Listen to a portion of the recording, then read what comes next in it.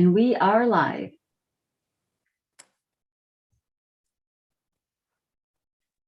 Thank you. I will call this work session to order, and we will begin with the Pledge of Allegiance.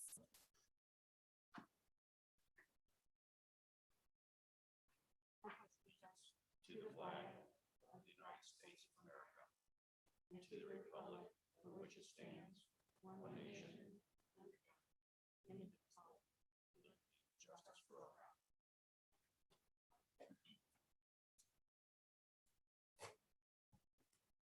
Good evening. Welcome to the public work session of the Rochester Community Schools Board of Education. Welcome to those of us who are here in person. It's great to see all of our principals and educators here and members of the public. Welcome also to those of us who are watching on YouTube Live at home. As a reminder, this is a public work session of the Board of Education. It is not a public hearing. We do have several ways for the public to engage during our meetings, however.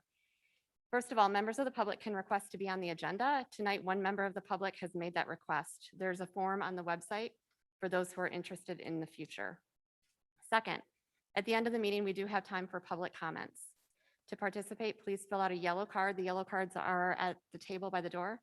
And please hand them in to Christina Whitmore, or you can just hand them in at the end of the table and we can get those to her. That's so that we can have your name, your proper name for our minutes. When you're addressing the board, you have 3 minutes to speak. We will let you know when you have 30 seconds remaining. When addressing the board, please state your name and your relationship to the district. We will not be answering direct questions or responding to comments tonight, but we'll make sure someone follows up with you to address your concerns. Additionally, I'd like to read section 0153 of our Board of Education bylaws, which are guidelines for public participation at board meetings. This section requires individuals who wish to address the board to direct their comments to the entire board and not to individual board members, the superintendent, or other school district employees or members of the audience.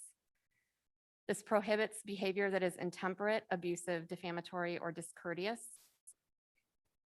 or that otherwise interferes with the orderly conduct and timely completion of the board meeting. And we will exclude from the meeting any individual who engages in conduct that constitutes a breach of peace. We ask that you please silence your phones. And once again, on behalf of my colleagues on the board, we're grateful to serve this community and we appreciate your support. Item 2 on our agenda is roll call. Kevin Beers and Scott Muska are absent tonight with notice. And I'd like to turn the meeting over to Dr. Shaner. Dr. Shaner. Thank you, Madam President. First of all, I'd like to, my wife's joined me this morning, Kim, and there's a reason and intent for us to be here together today. As you know, we experienced the loss of our son, Ryan, and we've to describe the profound sadness and grief that we feel is quite honestly indescribable. The writer William Ritter once said, "All loss or bereavement is horrible, but there's a dimension of pain from the death of a child that is unique and severe indeed." We're feeling that. But I want to just thank you, each of you in this community, both of us, Kim and I, the grace, the love, and the support that so many of our community has extended to us and our staff, our entire Rochester Community Schools family, actually. It's been tremendous. It's very appreciated. As you know, we have a long road to hoe in our grief, but this has made a difference in our lives, a profound difference. I don't know how to express the gratitude on behalf of my family that you've shown us. I can only say thank you. So if you're someone that sent a meal, a kind note, a book they may not have wanted to read, but then finally picked up and read, and it was meaningful, simply said prayers, offered support, or you just showed up because you didn't know what to say. Thank you. We are blessed. Thank you. Thank you. Item 3 on our agenda, Communications. Item 3.1, communications from the Secretary of the Board of Education. Michelle. Good evening. We have the first set of communications the board received comes through the RCS website, and these were received since the previous meeting and prior to the April 21st at 12 p.m. deadline. Since that time, we've received 28 email communications. District parent, and I'll apologize ahead of time for some of the names if I don't pronounce them correctly. District parents Michelle Greenwald, Kristen Riley, and Lisa Band contacted the board regarding testing student athletes for COVID-19. District parent Beth Webb contacted the board regarding the continuation of in-person learning and high school sports. District parent Meredith McCutcheon contacted the board regarding the plan for quarantine students. District parent Jan Joy contacted the board regarding the continuation of in-person learning and high school sports. Community member Jana Yizak contacted the board regarding the administration building. District parent Deanna Harless contacted the board in 3 separate emails regarding in-person Board of Education meetings, Caring Steps operating budget, and the tax credits to repair the current administration building. District parent Tara Donnelly contacted the board in 3 separate emails regarding in-person Board of Education meetings, the Caring Steps operating budget, and the Oakland County COVID-19 Relief Fund. District parent Kristen Sanderson contacted the board regarding enrollment for her child for the 2021-22 school year. Contractor Frederick Shettromf contacted the board regarding ultraviolet disinfection machines. District parent Janet Rashevsky contacted the board regarding in-person learning. District parent Jamie Hilliard contacted the board regarding the RCS COVID-19 data. District parent Joshua Raymond contacted the board in 2 separate emails regarding educating students who are quarantined and funding for the new administration building. District parent Jessica Opfer contacted the board in 4 separate emails regarding email correspondence to the Board of Education, remote public comments at board meetings, the purchase of a new administration building, Caring Steps operating budget, general and sinking funds, live streaming instruction for quarantine students, and social distancing and masks in school buildings. District parent Julie Stalker contacted the board in 2 separate emails regarding excess IDEA funding and in-person Board of Education meetings. District parent Stephanie Morita contacted the board to commend the board and the RCS administration on their passion to educate children. District parent Michelle Chittick contacted the board in 2 separate emails regarding district funds and funding for RCS school libraries. District parent Jason Strobel contacted the board regarding the Caring Steps and food service budget. In addition, the Board of Education also received emails from 3 people since our last meeting that did not go through the RCS website. Andrew Weaver sent 8 emails regarding various subjects, including 2 FOIA requests, the date change for the April Board of Ed meeting, attendance at Board of Ed meetings, social media accounts, comments made regarding the Rochester Avon Historical Society, a payment to Cranes Detroit, questions about payments and salaries, and district priorities. Jessica Opfer sent 4 emails with various subjects, including encouraging the district to allow virtual comments, requesting more transparency and community input on decisions, and implementing surveys of the parents. She also had questions about the new administration building, requested more transparent COVID case reporting, and expressed concerns about enforcement of mask usage. And we received 1 email from Julie Stalker, who contacted the board regarding middle school learning options for students with compromised immune systems. And I think that's the whole of our communications. Thank you. Item 3.2, citizens requesting placement on the agenda. We have 1 citizen, and that's Andrew Weaver. There's a microphone right here. Yeah.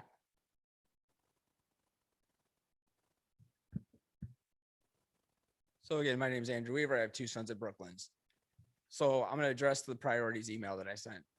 So it was made aware that in April, we established committees for in-person and virtual. In the July work session, it was reported out that 100 teachers and plus staff members were assigned to work on the virtual campus. come the start of the year, we had launched a virtual campus built from the ground up. It was highlighted as a success. While it did not serve many in the community that want an online platform, that do not want to be back in a classroom. That was clear that had we placed those same resources on the in-person one as of April, we probably would have had an in-person plan to return safely.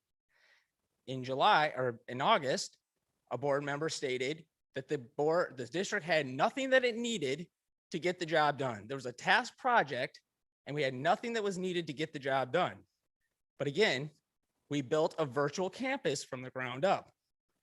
So how is it that we did not have the resources needed to return to in-person and provide an online option that allowed the same course offering? That was a choice. Another board member during the July work session said by building the virtual campus, we took a complex situation and made it more complex. That is true, because we prioritized a pet project ahead of the goal of providing quality education to all students. This is undeniable. These are the words that you can find that everyone at this table has said and is brought up repeatedly. We then listened to almost a year of being told the reason why we could not return to in-person and why we could not have an online option that offered all course offerings was because the situation was complex. Again, the board member stated, we took a complex situation and made it more complex, and then used that as an excuse to deny quality education to all students. We absolutely had resources. During the time that the schools were closed, and here I want to make sure I get my numbers correct.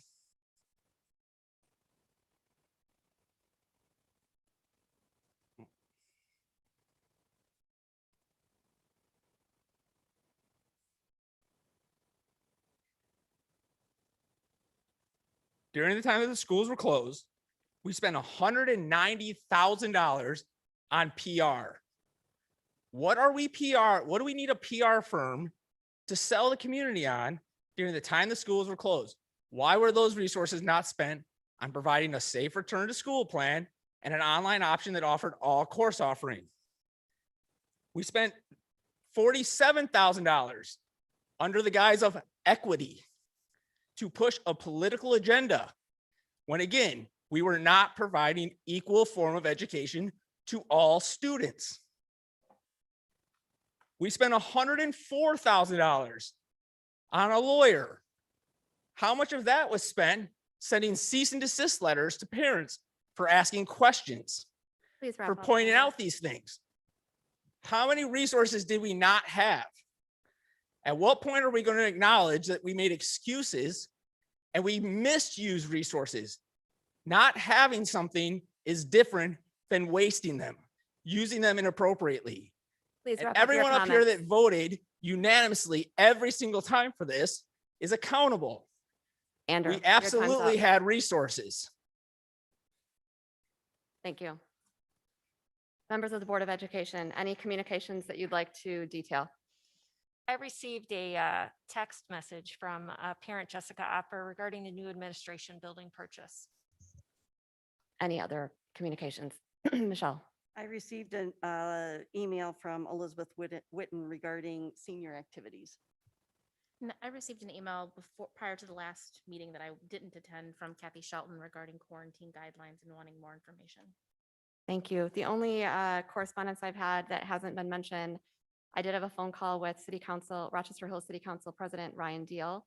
And we talked about many different things, but he did want me to share his support for the board and for the administration. I had a phone call with Rochester City Council member Mark Albrecht, and we talked about several different things, but he also wanted to share his support for the board and the administration. And I've had a couple exchanges with Mark Tisdall, State Representative Mark Tisdall, just looking for clarity on different things that are happening in the community. So moving on. So our work session will begin. We have two items tonight. We'll be talking about, our first item is an early childhood update, and our second item is MTSS, multi-tiered systems of support and learning pathways update. And I will turn this over to Concetta and Corey. Thank you very much. As you mentioned, we're going to take a brief overview of the three kind of prongs or spokes that we have for early childhood education that allow us to serve students beginning at birth and at the age, as an infant stage of their life, and then as a system, depending on their needs and areas of service, would have us keep those students all the way through 26. So go ahead and turn the slide over, and we'll get set up with our agenda, Lori. Thank you. So there's three main areas of early childhood education that we offer with the Rochester Community School Districts. Two are mostly tuition-based, and we'll talk about some nuances with our pre-kindergarten between what is tuition-based and what is not tuition-based. And one is school operated and funded completely with our early childhood special education programs and services. So to begin, as I mentioned, looking at the idea of servicing a student and a family from birth all the way through is kind of what we look at. So with the RCS pre-kindergarten, or it's commonly referred to as pre-K, the curriculum that's used with that is high scope, which is probably a term that's very familiar to those of us that have had our kids in a child care facility or a pre-K facility or program. Right now, the ages that we serve in our pre-kindergarten program are 3 and 4 years old. Prior to the pandemic, there were some offerings for 2-year-olds with some toddler time that had a caregiver come in for a limited amount of time. Obviously, with the pandemic, for a variety of reasons, those are programs that we're not currently offering this year, and then also will not be offering next year as we right-size due to some staffing constraints, and then also as we still mitigate. The types of offerings that are available for families of 3 and 4-year-olds are full day, including an extended full day program, a half day, and then they work off a variety of 2, 3, or 5 days a week. So there are a lot of options for families depending on needs and time and what they're looking for their child. RCS PreK is mainly tuition based. So it's, we offer a service, it's paid for. The non-tuition based programming is our Great Start Readiness Program, or GSRP as it's commonly referred to. As you may see advertisements around, not just in Rochester Community Schools, but as you drive throughout the county and see offerings for free childcare or free pre-K. Great Start Readiness is a state-funded program, and the spots or seats are determined at the state and county level. So it's not a full offering that we can say, hey, we have 100 families that want to take advantage of this. The seats are predetermined, and then we fill those slots. It is a competitive grant. So in the sense that if you're not filling slots or you give slots away because maybe there isn't a need in a certain year, it's very hard to get those slots back because other districts and other ISDs will take them and distribute. One of the nuances with RCS PreK as we get into the other childhood programming that we offer, childcare programming that we offer, is pre-K is mainly based off the school calendar. So while it's not exact start date and end date, it fluctuates on the school calendar because it uses our school facilities. The mission state, as you can see there, of pre-K is to provide a secure and caring environment, which encourages children to grow in independence, curiosity, self-confidence, and social skills as they begin their journey of lifelong learning. Go ahead and go to the next slide, Lori. So, Corey. pre-K, yeah. Hey, Corey, just a quick question there. Go ahead, Absolutely. Barb, So, sorry. I had a question about the Great Start Readiness Program, the GSRP program. How are the children identified that need this program? How do we identify them? Good question. There's not a lot of avenues we have with a child that age for us to pre-identify. So it's through a lot of marketing and conversation, advertising, local agencies as well. So having partnerships with youth assistants, having partnerships at the county level, pediatricians' offices will have those advertisements as well. And it's income based. So the piece that we always like to communicate, the income, don't make assumptions on the income levels. So it's worth a phone call, it's worth investigation if you're looking for, some financial assistance with a close to full day offering for childcare. And we don't set the income levels. The income levels are set based on the grant. We communicate that out. The team at pre-K just, it's a ton of conversations and working through those options. Another area, Barb, is, Corey, just real quick. Yeah. On GSRP, I just want to go back because people are hearing a lot of things about ESSER funds and that sort of thing. The state superintendent actually just put out a podcast today about trying to expand Great Start Readiness. It's challenging across the state, and it's going to be very interesting. The state superintendent actually alluded to the disproportionate allocation of funds to different districts and the GRSP seats that are available.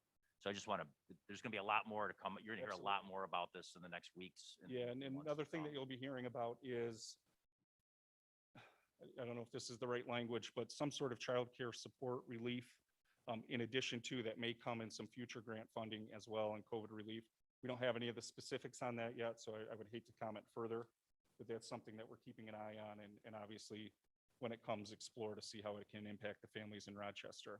But you would say, Corey, the onus is on the district to find those students to fill those seats? Absolutely. Yeah, and the biggest thing, again, if a seat's unfilled or we give it away, it's really hard to get it back because another district's going to swap it, take it up, fill it, and keep it. And once you have it and fill it, it's pretty easy to maintain. Once you give it away and reduce, it's very hard to get back and grow that program again. Interesting. Thank you. And can you just give us some idea of how many students or classrooms we have? Yeah, absolutely. So the plan is, and Consetta helped me because we just had this meeting Wednesday, but the plan is 2 full-day, 4-day offerings. So up to 36, I believe it says 32. Yep, 16 per class for the full day. And then there's also a half-day program. So I believe, and I can get the exact number for you, but I believe we're working on somewhere around 40 slots for this upcoming school year. And those classes are housed in the Hampton Early Childhood Wing. I'm sorry, was that 40 for the half day or 40 total? 40 total, about 32 for the full day program. So 2 full day classrooms, and then we're looking at a half day program. And they follow the same curriculum and the same expectations that tuition-based full day pre-K does. So it's a high scope curriculum, all of the same training, all of the same expectations that we have in our tuition-based programming follows through in the GSRP program as well. All right, next slide, Lori. So our pre-K, like everything else, had an impact from the pandemic. So we had a shift of in-person programming, as I mentioned, in terms of offerings. We, specifically those toddler times, so those times that a caregiver would come with a young student, a young person, and go through, an hour and a half, couple days a week in one of our facilities. We were able to right-size pre-K to meet enrollment needs. It didn't require us to add staff. It actually caused a reduction of staff. So we were in a position to meet the needs of the families that stuck with us in the fall while there was a lot up in the air in terms of what pre-K offerings would be available. We did create a virtual option this year based very much out of parent and community request. It was not something that was on our radar because it was hard for us to imagine taking what happens in a pre-K classroom and making a virtual option for it. But our pre-K team came up with some ideas, and it's mainly designed around giving resources and coaching of the parents 1 or 2 times a week so they can support their kids at home and create some connection to the schools. Another area of nuance that came about is our licensing group with all early child or childcare facilities and programming. Laura had some separate COVID mitigation requirements than the return to learn mitigation requirements that came out. So there was some nuances there where pre-K could use the same facility as a first grade classroom, but may have different requirements in terms of cleaning, distancing, mask wearing at the time in September that our kids in a kindergarten or first grade class would have. So that created some challenges of just making sure that was communicated clearly. But we, very proud of the team. Not a lot of districts maintain pre-K this year. And not a lot of districts maintain the level of programming that was available. So even though we saw a reduction of opportunities and offerings, it was still pretty robust in comparison to those around us and those throughout the county. Go ahead and go to the next slide, please. So in terms of looking ahead, as it stands today, and these are always subject to change, just depending on need, availability, space, we would have programs located within North Hill, Musson, Brewster, and Hampton next year. Offerings are dictated by enrollment, available space, and staffing. And several of our offerings have wait lists. So 13 of our 18 programs that we're attempting to offer for next year are already full. In all, I believe 11 of those 13 have a wait list. And again, all are for 3 and 4-year-olds. So we are really honed in on servicing that age group. So another childcare option that we have in our district, which is still fairly new, is the RCS Caring Steps Children's Center. RCS serves, Caring Steps serves students from birth to 5 and children birth to 5. There are 5 main programs at Caring Steps: infants, toddlers, young preschool for both 3 and 4-year-olds. There's some differences between those, and then a K-Prep. It is open year-round, so it's not based on the school calendar. We see expected enrollment drops in Caring Steps in the summer months as less kids need consistent care. And then we see expected tuition decreases in December as families are offered 2 weeks of vacation, and that's usually a time where they take it. Caring Steps is one facility that has 13 classrooms in it. It has a STEAM room, a large multi-purpose room, and a fully functioning kitchen. Enrollment in each classroom is directed by licensing guidelines. So for example, the ratio for infants is far different than the ratio in K-Prep. So if the ratio is 1 to 4 in infant, when you get a 5th kid, it requires a staff member to be in there. So the student ratios and the licensing ratios play a big impact in terms of staffing and where we have our adults at any given point in time in that facility. And Caring Steps is a tuition-based childcare facility.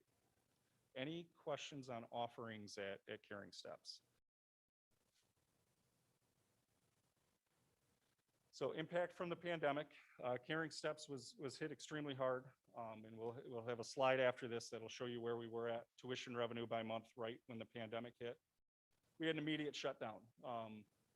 That immediate shutdown was twofold. It was just what was coming from the state level in terms of response to mitigating COVID, but also from high parent demand and not knowing what was going to happen. So we closed that Monday right after the pandemic kind of hit the state lock. The state shutdown was announced that Sunday night. We were closed that Monday. And when we reopened under a different license. And we reopened as a disaster relief childcare center based on a request that the state put out to every school district, childcare facility, daycare, anything with a childcare license was asked to open as a disaster relief for childcare for essential workers. And we met that call. But it did open up under a different license because it had different requirements, different expectations through LAR guidelines and licensing. And it also meant that we could service a different clientele. So we could go beyond that K-Prep age and we could service school-age children in those classrooms. So the licensing of the classrooms itself, we had some flexibility with. Other challenges that we saw and continue to deal with are with staffing. Although our current wage scale is comparable to the field in childcare, the increase of unemployment benefits is something that we're having a tough time tackling. So currently, a staff member may receive $662 a week because there's an additional $300 a week through the unemployment benefits. At times, throughout the pandemic, that's been as high as $600 a week. So staffing is extremely difficult in terms of finding people that are in a position to come work for us in comparison to collecting the unemployment benefits. And those benefits are not set to expire until September of 2021. And so we don't know what amount may be associated with them, how long, but that's kind of the parameters that we're working within right now.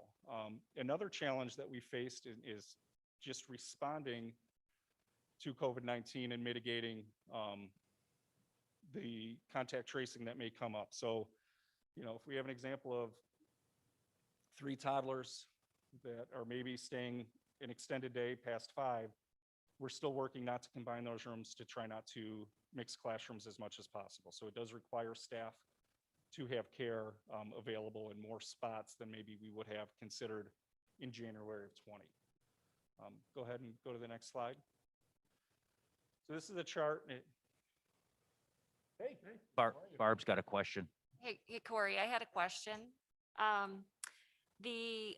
Obviously, we have to meet certain licensing requirements for staff to children ratio, but in terms of the type of staff person that we're looking for, where are we looking and what are the qualifications that we're looking for in terms of staffing? Sure. So depending on the position, whether it's a lead or a caregiver or an assistant, the qualifications change. So, for a lead in that classroom, we're looking at somebody that has some experience and background, along with some education in early childhood.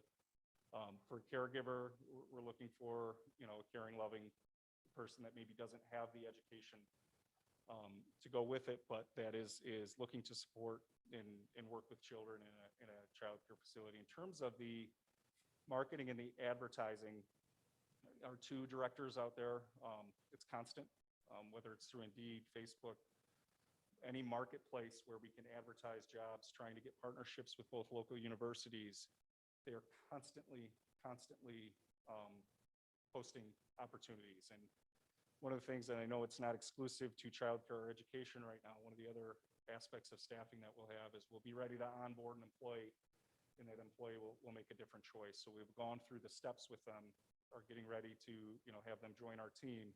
And then either a different opportunity comes up or it's not what they're interested in. So I would say it's their focus daily, outside of obviously taking care of the kids and keeping a safe environment, is on promotion of and networking to try to find employees. So this situation then is obviously impacting the capacity of students that we could have within the facilities, obviously, because if we don't have the staff to accommodate any more children, then we're not meeting the licensing requirements, so that's prohibitive, correct? Correct. And it's even more so the age of the child waiting to come in, right? So, if they're an infant, like I said, it's our smallest ratio.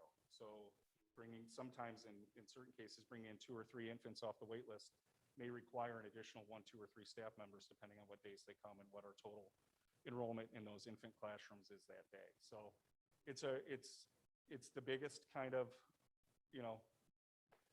chicken and egg situation. With, if we can get the appropriate staffing, we can bring in students. We can't bring in students unless we have the appropriate staffing, and it's not something that is in a position where there's flexibility with either. I mean, licensing is licensing. In keeping a safe and secure childcare facility within the parameters of licensing is paramount. Do you have anything that you want to add? Yeah, I mean, if we talk a little bit about staffing challenges, one thing that we didn't note. Closer to the mic. Oh, I'm sorry. One thing that we didn't note is some of the small business grants or the Paycheck Protection Program that's eligible for small businesses. As the board knows, we are a governmental entity. Right, so we're not eligible for some of those grants that our competitors are getting that enable them to offer signing bonuses or other items that can recruit staff. So for us, it's a balancing act. As we look at our business model, we're not going to compete with that unemployment. That 1655 is significant, but it's temporary, right? It ends in September of 2021 as it stands right now. And to increase pay rates to try to attract staff to compete against that would change our business model. And once that unemployment ran out, you'd either have to lower pay rates for staff, which we'd probably lose a lot of staff that way, or you'd have to increase tuition, right? So it's a balancing act as we work to recruit staff and grow those enrollment numbers. As we look at revenue, you'll see this is the history of Caring Steps. You'll remember that it opened in September of 2018. That's that red line on the far right there. You'll see that income grew. Looking at 2019, that is the green line, and you'll see a dip, as Corey mentioned, that in July and August, there's a dip in enrollment as families take their children out of childcare facilities because of summer. That continues to grow once we get to September and drops off a little bit in December. But as Corey mentioned before, that's when families take their vacation credits and pay half their tuition during that 2-week break in December. Looking at that gray line is where we started 2020 off. And you'll see in January, February, and March that line was just above 90,000, I believe. And then the pandemic hits in March. And you'll see revenue drop to essentially nothing in April. You'll remember that the center closed in March, was closed in all of April, and then reopened in May. And with the pandemic and the disaster child care relief license, that changed our clientele a little bit temporarily, right? We were serving the kids of essential workers, as Corey mentioned, through June 30th. And then in July, you'll see that revenue ticks back up as we were able to reopen to our existing families. And again, looking at that gray line as we get through the 2020 year, it dips in December. And in 2021, that blue line, it's starting to tick back up and grow. But that line is limited based on what we discussed before with staffing and licensing requirements. Matt, when we opened as a disaster relief facility, were there any grants or funding that came with that? Or was it solely just being able to find individuals who needed childcare at that time? Yeah, so there were some grants made available, if I remember correctly, starting in May for us that went through December. As the government responded to the pandemic, those grants changed and morphed each month. So it started off in May. I think we received about $5,000 or $6,000. December was our highest month, actually, where we received a lump sum of, I think it was $25,000, $30,000 or more. So it all kind of changed and morphed. In the end, it was more of a rebate to families. That big December payment was to reduce child care costs for families. It started off in May as here's $5,000. It helps to pay your staff while we're closed, things like that. But then as it went on, they said, well, child care, let's see what we can do to help out our families of essential workers. And so while we received the money, the tuition was decreased for families that were eligible. And, I know last time that we talked a little bit about Caring Steps and even prior to pandemic, we looked at, where are our students and infants and toddlers coming from that we are servicing there? What areas are they coming from? Where are we reaching out to? And then the follow-up question to that would be, what does that competitor assessment look like as far as, what are major competitors doing? How are we keeping up with them post-pandemic? I know the world kind of flipped on its head. So, pre-pandemic, we were on target to begin to increase, but post-pandemic, where are we with what our competitors are at? Obviously, without knowing specifics of enrollment at any tuition-based childcare facility in the area, just through conversation that I know our directors and staff are having with their colleagues, everybody's in a similar position in terms of some challenges with staffing, challenges of meeting the needs of the amount of childcare wait lists that are out there right now as the economy has opened back up and childcare has begun kind of come at the forefront of a need for a lot of our families. The thing I would highlight in terms of the biggest difference is the access to those payment protection loans. We do not have access to those. Our competitors do. So our competitors can create a job posting with similar wages, but maybe a miscellaneous piece of a bonus or a small time increase in our hourly pay that we're not able to do because we do not have access to those loans. In terms of product and care and facility, What we have is the feedback from our families. We've had a lot of families that have stayed with us since 2018. We have a lot of repeat customers. We have a pretty substantial wait list that we are working tirelessly to take down so we can get more kids into our facility on a more consistent basis. And we have word of mouth and feedback. Programming is very similar. Ages of students we are servicing are extremely similar. And again, ours is within a greater system of care, right? We have pre-K as well. We have early childhood special education. We have certain access and professionals that we can reach out to maybe service a child that maybe didn't have success at a competitor's place. But again, without knowing specifics of enrollment numbers, I wouldn't be able to say, with any concrete evidence. I just know of the conversations that have been had between our staff at Caring Steps and local competitors. And sorry, I buried my first question. So where are most of our students, our children coming from to Caring Steps? Where are those families? Where do they live? What's that demographic look like? Sure, it's Rochester and surrounding areas. So we do have families that live, and again, I don't have exact numbers, but that live in the Clarkston, Lake Orion, northern part of even further north in Oakland Township. We do see some students from Macomb County. We do service some students from Genesee that are maybe commuting down here, but largely our student population comes from the city of Rochester.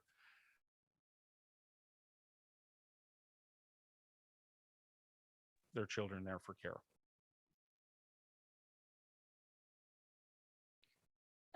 I think this question is maybe for Matt, if you can talk a little bit about, I believe that when we originally started down this road with the RCS Caring Steps Children's Center, that we thought that within 3 years, I think that was what we thought to build it up, that this would be, profitable at that point. Obviously, we were not expecting a pandemic at that time. What do we feel? What have we looked at? What do we think that would be at this point so that we were in a break-even profitable situation there? Right. I think from the beginning, we've said anywhere between 96 and 110 FTE is what's required to break even. Now, the center wasn't designed with the goal of creating all this profit, right? We believe it's a moral imperative that if we can capture kids, the younger the better, and get them in the Rochester system, that's better off for our system and for those students. But 96 to 110 students is where we're trying to get, and that's FTE. I would say that, if you look at, and it's actually up on the slide now, that prior to the pandemic, we had 78 FTE. Currently, we have 56 with 42 FTE on the wait list. So if we can get staffing where it needs to be, we're at 98 FTE. And that 96 to 110 is a range based on, there's different tuition rates, as Corey explained. We care for infants and toddlers that pay a different tuition rate than a young preschooler or a kindergarten prep student would pay. And there's also different pay rates that come along with those positions that serve those students. But initially, yes, we thought it was going to be about a 3-year plan. We were hopeful that it would be shorter than that, but no one could have expected a pandemic to occur in March of 2020. And you see exactly what that did to our revenue, right? It dropped to 0. And while we didn't completely start over, we had our base of students. People's comfort levels with the pandemic is very, since it started in March. I think everybody remembers that, the hope at the time was that we would shut down for 2 weeks and return to some sort of normal. And I don't know that anybody would say we're back to normal yet. And, from personal experience and just in my family, right, my wife is in a much different place with the pandemic than I am, right? We're back to work 5 days a week. Our kids are here 5 days a week. My wife has worked from home since March. And some of those students, those 42 FTE, are also students that are waiting to return. They're paying a holding fee so that they can hold their spot at Caring Steps, but they're not yet ready to be there 5 days a week or 4 days a week or back in there with students yet. So there are a few students on that wait list to return when they feel safe. So while I don't think we've reset that we're looking at 3 years from now, it's hard to say based on the pandemic.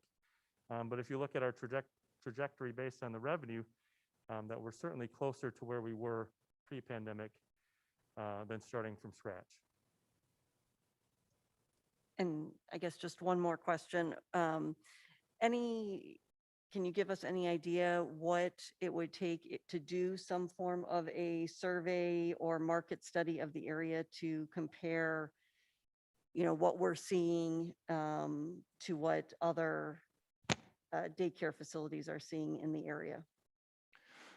Well, go ahead, Matt.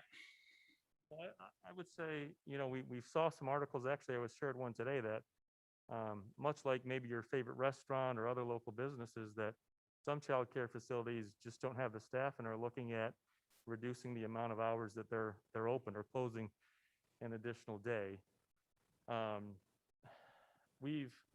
In November, that was one of the things that we looked at. We were looking at pay rates in comparison to unemployment and looking at centers in the area to see where we were in the marketplace. And what we found at the time was, as far as hourly rate, we were in the market, right? We weren't the top of the mark. We weren't on the bottom of the mark. We were somewhere there in the middle, depending on the position. But as Corey mentioned, right, the Paycheck Protection Program and some of these other small business grants enable other facilities to incentivize leaving a facility that you're very comfortable with, that you like coming to. But I think in some regards, it's hard to say no to $1,000 or maybe $2,000 to come do the same job you're doing, just at a different place. So my question is, what, on the previous slide to the graph, it says that we pay a current wage scale comparable to the field. What is an average salary for a childcare worker in a facility like ours? I would have to get you the specific numbers in front of me to give you the exact average, but that is a task that we ask our directors to take. And that's also something that we'll do. We'll go to Indeed, we'll take job postings of similar positions, and we'll look at what that hourly rate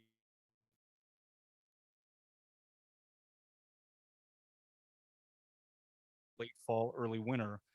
Our starting hourly rate was right almost dead in the middle in terms of hourly rate. The things that we couldn't compete with, Barb, again, are some of those grant funded one-time payments or bonuses that other facilities had access to that we didn't. And we know for a fact, in doing an exit survey with a couple of employees, that was a draw. Sure. And that just wasn't something that we were in a position to do. What I will also say is it's a constant study. And it's very fluid, especially as Matt mentioned, as facilities either close or change. It creates a ripple within that field in terms of available staff or staff looking to get ahead of things and reaching out to our facility or our staff. So it is certainly ever evolving. And again, I can look at the exact numbers and share that with you at a different date. I would hate to misspeak tonight, but we were kind of almost dead in the middle when we looked at that in Well, late that leads fall. to my second follow-up question, which would be, if we're kind of in the middle in terms of the salary we provide, where do we lie in terms of the tuition that we charge? How does that compare? Yeah, we are on the top middle. So we're not at the very top. We're not dead in the middle. So we are somewhere right slightly above average in terms of tuition rates. Again, that was pre-pandemic. So as we kind of communicate around, some tuition rates have changed based on, again, access to grant funds or loans or small business loans that they were able to secure that we weren't. So you mean that they lowered their tuition based on that income? They had access to tuition and some more reimbursements and maybe changed their fee structure. But again, it's not a permanent fix, and it wasn't anything substantial. So I'm just trying to talk from when we knew everybody was on the same kind of level playing field. We were high average. Okay. The reason why I asked the second question is, is there any latitude in that number that could offset and help in terms of recruiting staff? That's the reason why I ask. Absolutely. And it's part of our study when we discuss this with the team at Caring Steps to see what what could change. Could there be a change in tuition to offset any staff increase? Absolutely. Yeah, and Barb, I would just add, when it comes to tuition, it's not always an apples to apples comparison. For example, Caring Steps Children's Center offers meals, right? That's part of the tuition rate, and that's not the case at all facilities. So when parents are looking at tuition costs, just looking at two numbers, Caring Steps is probably going to come out a little bit higher because there's food included, where another facility, you might be required to bring your own snacks and lunch.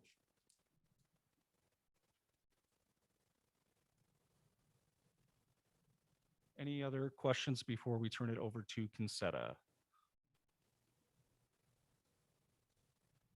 Okay, Ms. Lewis. Hi, everybody. How are you tonight? All right, so our early childhood programs in special education, we provide services for students from birth through age 5. And within that continuum of programs, for our youngest children who are age birth to 3, what we provide is consultation support to families in the child's natural environment. So typically the services for those families occur in that family's home. Our service providers go to the homes, they meet with the families on a regular basis, depending on what they've identified in what we call an individual family service plan. Talk through with the parents, they watch what's going on and then give the parents some consultation on how they can support the development of that child as that child grows. Since we've been in the pandemic, we flipped and they've been providing those services virtually. So staff members have not been going into homes, but this level of services, I can honestly say that of all the phone calls that I've gotten from parents, I don't think I've gotten any from the birth to 3 community. They are still receiving a high quality level of service, even through a virtual means. And so we're really proud of that. The next group that we support, the 3 to 5-year-olds, we have many ways that we support them. And I'll go back just a little bit to the birth to 3. Once the students reach 2.5, typically we have, I believe they call it talk and play or teach and learn, where they bring some students for small groups here to the admin building. We have a pre-K classroom. And so maybe once a week or twice a week, students might come for a group to begin to work on some of those social interaction skills that they would need once they enter a classroom setting. Once they turn 3, we have several different options of service and support that are available to our students. The minimal, I would say, the continuum kind of grows up within special ed. So we have what we call walk-in services. And so those students might be students who really just need some language support, some speech and language support, and they would come typically to this building once or twice a week to receive their individualized speech and language service. We also have program classrooms for some of our students, and we have what we call a visually structured classroom. That classroom typically has groups that are 6 or smaller, students of 6 or smaller, not 6 years old, but students a small number of students together in a classroom. Those are half-day sessions. And they provide some really targeted support for some of our most vulnerable learners at that young age. The next level from there would be our traditional ECSC classroom, early childhood special education classroom, which can have up to 12 students with IEPs in that classroom. Again, those are half-day sessions, and typically those sessions run 4 days per week. We also typically have offered what we call a blended program, where there are 6 students with IEPs in the classroom and approximately 12 students without an IEP in that classroom. And that's a partnership with our pre-K gen ed side. And so that offers students the opportunity to begin to experience what it's like to be in a classroom with same age peers, and ensures that when they are ready to enter kindergarten, they are much better prepared to enter elementary than they would be if they did not have that experience. And so one of the things, as Corey talked about, that we're really excited about is the possibility of even expanding further in future years, looking next year to expand that, to continue that blended model, but add to that by having some of our students who are eligible for an IEP also enter a GSRP classroom. So we're working on that so that as a district, our goal is to provide as many opportunities as possible for students at a young age to be able to access the general education curriculum and be better prepared to enter elementary school. Let's go to the next slide. And so this just kind of outlines where our programs have been, how many sections we've had over the last few years. And again, a section is typically a half-day session that runs anywhere from 2.5 hours to 3 hours per week. And so typically we'll have AM sessions and PM sessions for students throughout the district located in various places. And the ECSC team is really comprised of from the whole continuum from 0 to 3 and then 3 to 5. We have teachers, and our teachers in the ECSC program for the classroom, they are teachers who are endorsed both from the gen ed early childhood side and the special ed side. We also have program consultants. We have child find coordinators that help with the identification of students for these services. We have school psychologists both for birth to 3 and early on. We have school social workers that go directly into our early childhood special ed program classrooms and work with students in those settings. Occupational therapists and physical therapists, speech and language pathologists, paraeducators.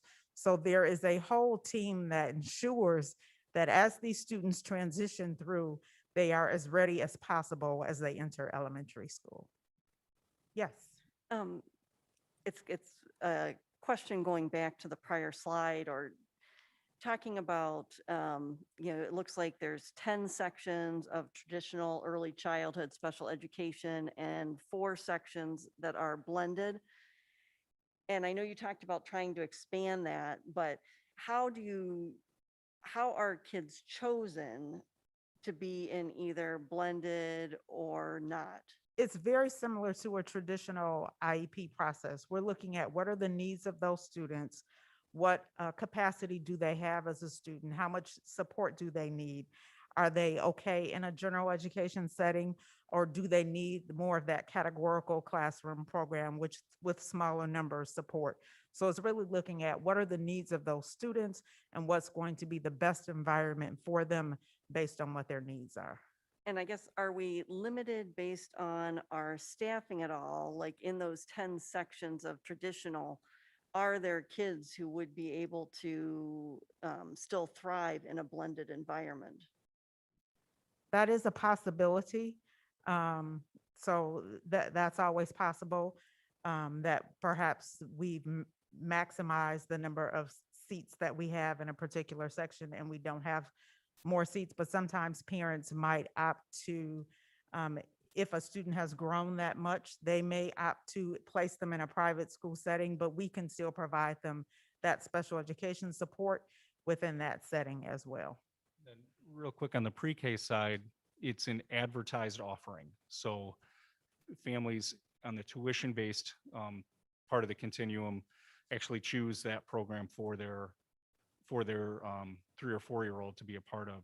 One of the things that we're most excited about is Ms. Lewis mentioned, we've had a ton of conversation and collaboration with our pre-K team at looking how to efficiently expand the offering. So we're not always so beholden upon people that just register, and looking at different avenues to feel more confident heading into a school year that this is going to be an offering, because there are ramifications to that. The IEP teams are making an IEP team decision that is best for that child. And if we're unable to offer that, then we either have to amend or find some ways to meet the needs of that student within their IEP. So working with Oakland Schools and the team there to look if there's some creative ways to look at already existing offerings and expand those to new offerings for what we refer to as a blended program. So we're very excited. We had a great conversation this past week on some path that we have to do that.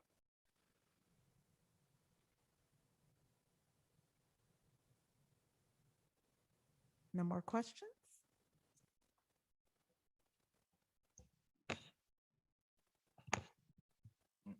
Like, Oh, just a comment. First, thanks Corey, Matt, and Concetta for the walkthrough on early child on childcare and pre-K and ECSC. It's as I understand it, right? The way that I see this is it's a service to the community, and really we're building an opportunity for our families, right? We want to, we talk about wanting to capture these kids in our programs, but it's because we feel that we can provide the kids with the best early education possible, right? This isn't trying to make a profit or trying to expand our domain or whatever. It's just trying to do what's best for the children in our community. I think that's the message here. Right? I just wanted to state that.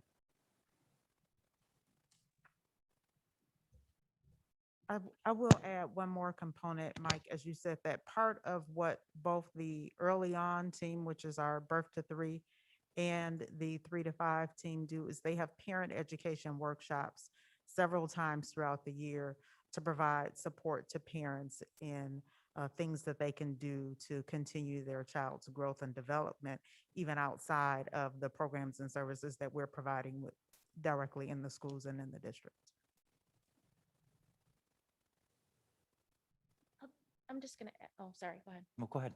It's all right. I just wanted to add one thing, and I know, Conchita, you mentioned this, but I have 2 friends who had 2 and 3-year-olds who were not speaking and went through our program and were ready for kindergarten and a couple years later and in pre-K and talking and it wasn't a health issue, it was a development issue.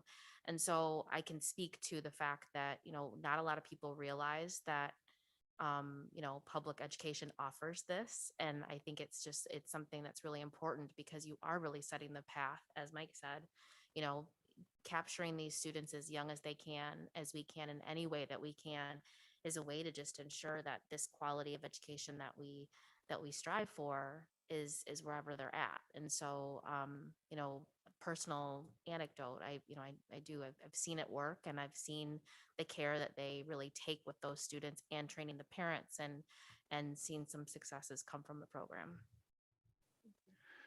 That's a really great segue because we're going to talk about the multi-tiered systems of support next. And the earlier the intervention and the better the access to intervention early, less chance do you have of moving to a more intense individualized education plan or a more intense special education situation. So that's a really good segue as we talk about access to programs and early access to programs to intervene and make sure that kids in our community have the support they need to be successful. It's just really good place to transition to MTSS. Thank you. Yep, thank you.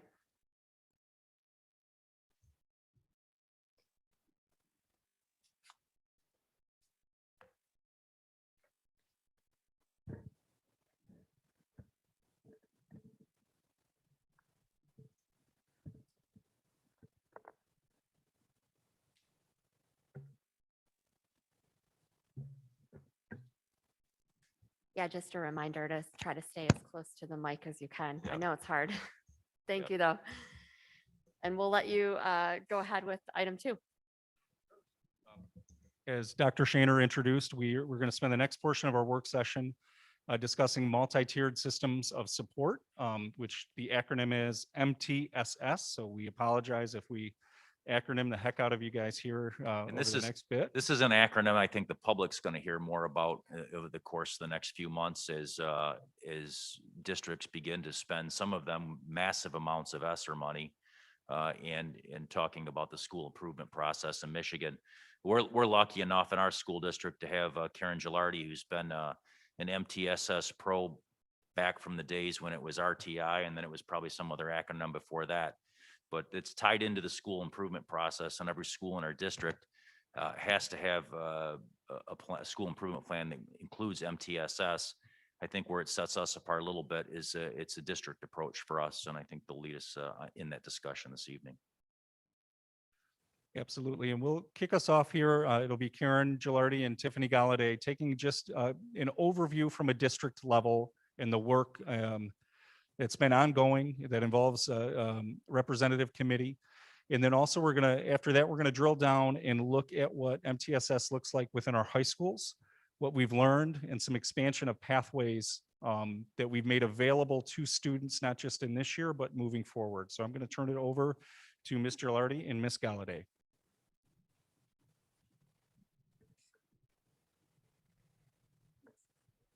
Good evening. We're going to go ahead to the next slide. Thank you.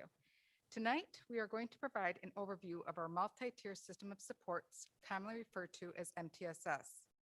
MTSS is embedded into our strategic plan and district improvement plans.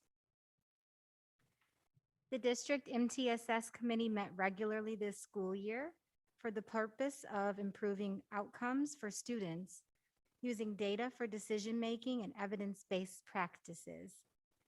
This group is comprised of a diverse group of stakeholders, including parents, teachers, administrators, and others, to ensure that all voices are heard.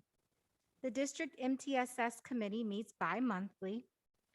This group consistently provides recommendations for consideration for enrichment, intervention, and support.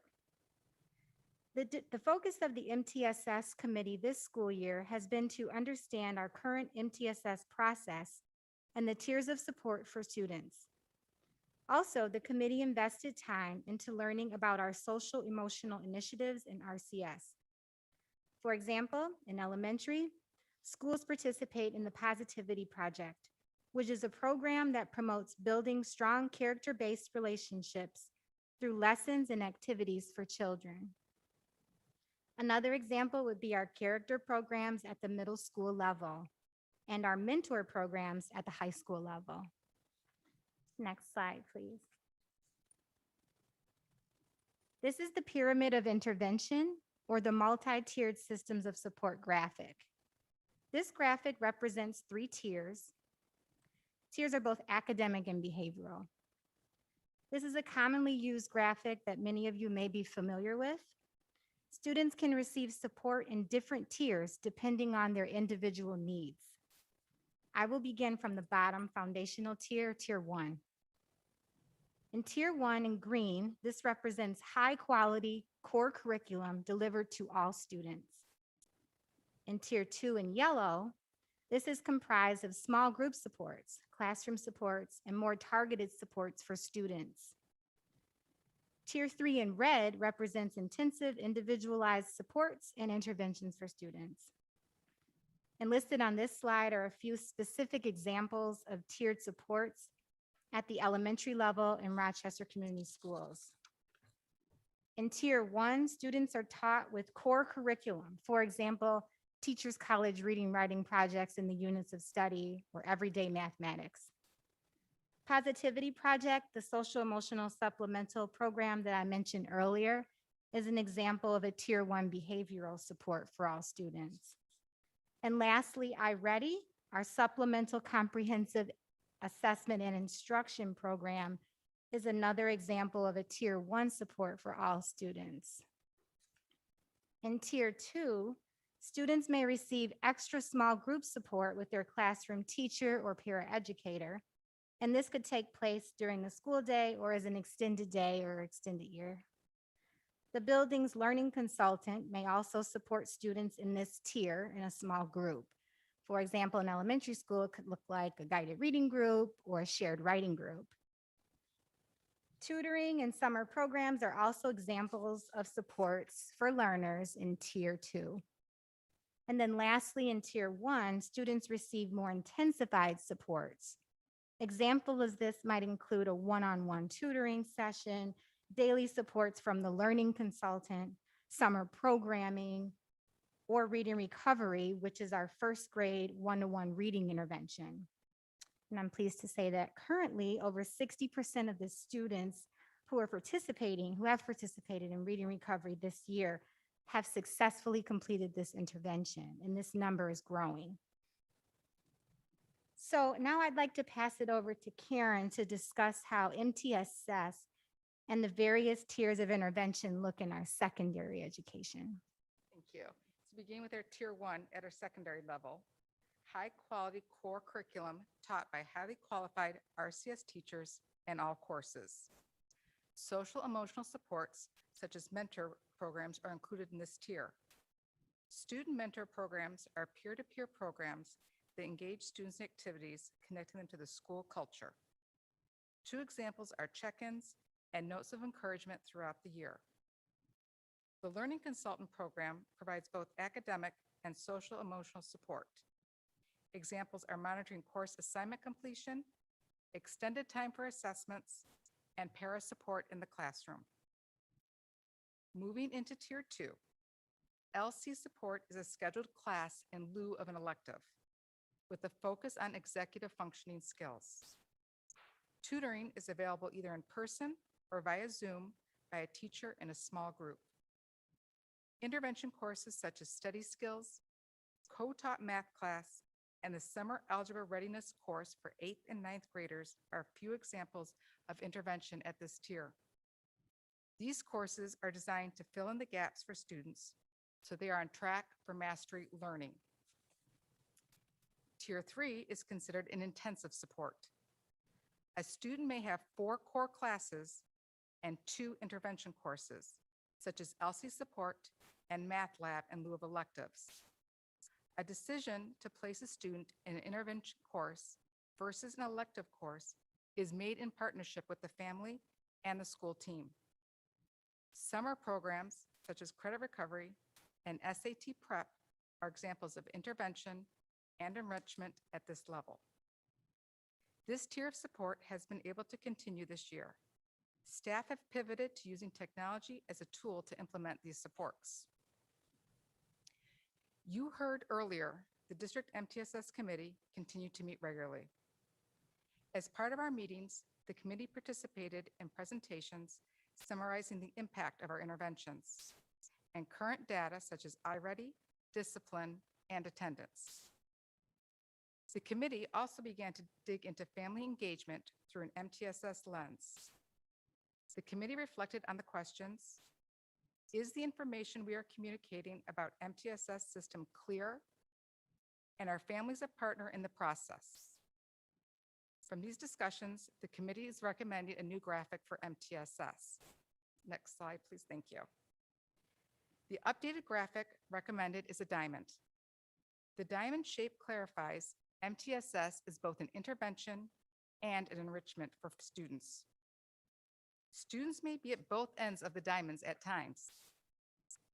In the middle of the diamond is Tier 1, core curriculum and SEL supports for all students.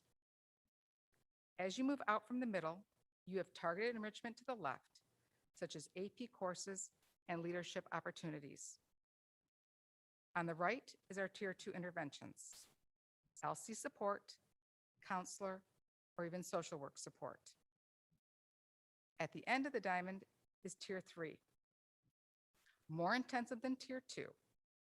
A student can be Tier 3 academically, possibly multiple AP courses, and Tier 2 socially, needing some social work support. Students move through their tiers based on data.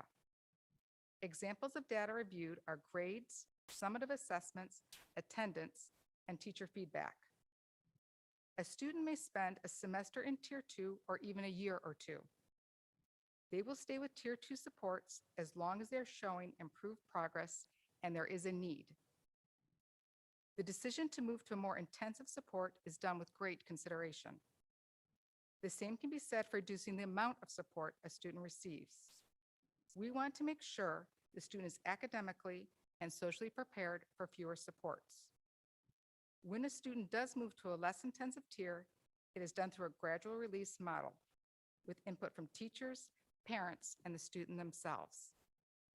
At this time, I'd like to pause for any questions on the general overview of MTSS at the district level.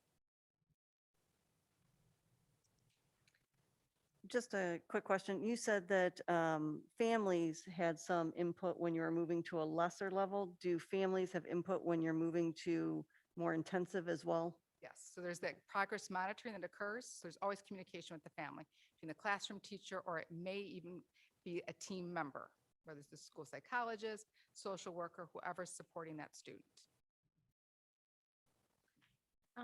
Couple of questions. The first, how do we communicate with students? Do they know what tier they're in? How does that work? So everyone's in tier 1. So you're always in tier 1. And we necessarily don't tell a child you're in tier 2 or you're specifically in tier 3. Students see it more that communication of what supports are needed for them. So what can we do to help them be successful? So we necessarily don't identify that you're in tier 2 now or you're in tier 3 now. Okay. So they wouldn't necessarily, I mean, they're not going to be identified and feel, and they don't know that they're segmented into a class. or a Correct. sta- Okay. And that goes both for moving up a tier, down a tier, academically, emotionally. Okay. And then the other question, Tiffany, you were talking a little bit about learning consultants and reading recovery a little bit, and that. Can you just expound a little bit on that 60% completing reading recovery? What happens to the other 40%? What does that look like? So reading recovery is very individualized. It's not a prescriptive program.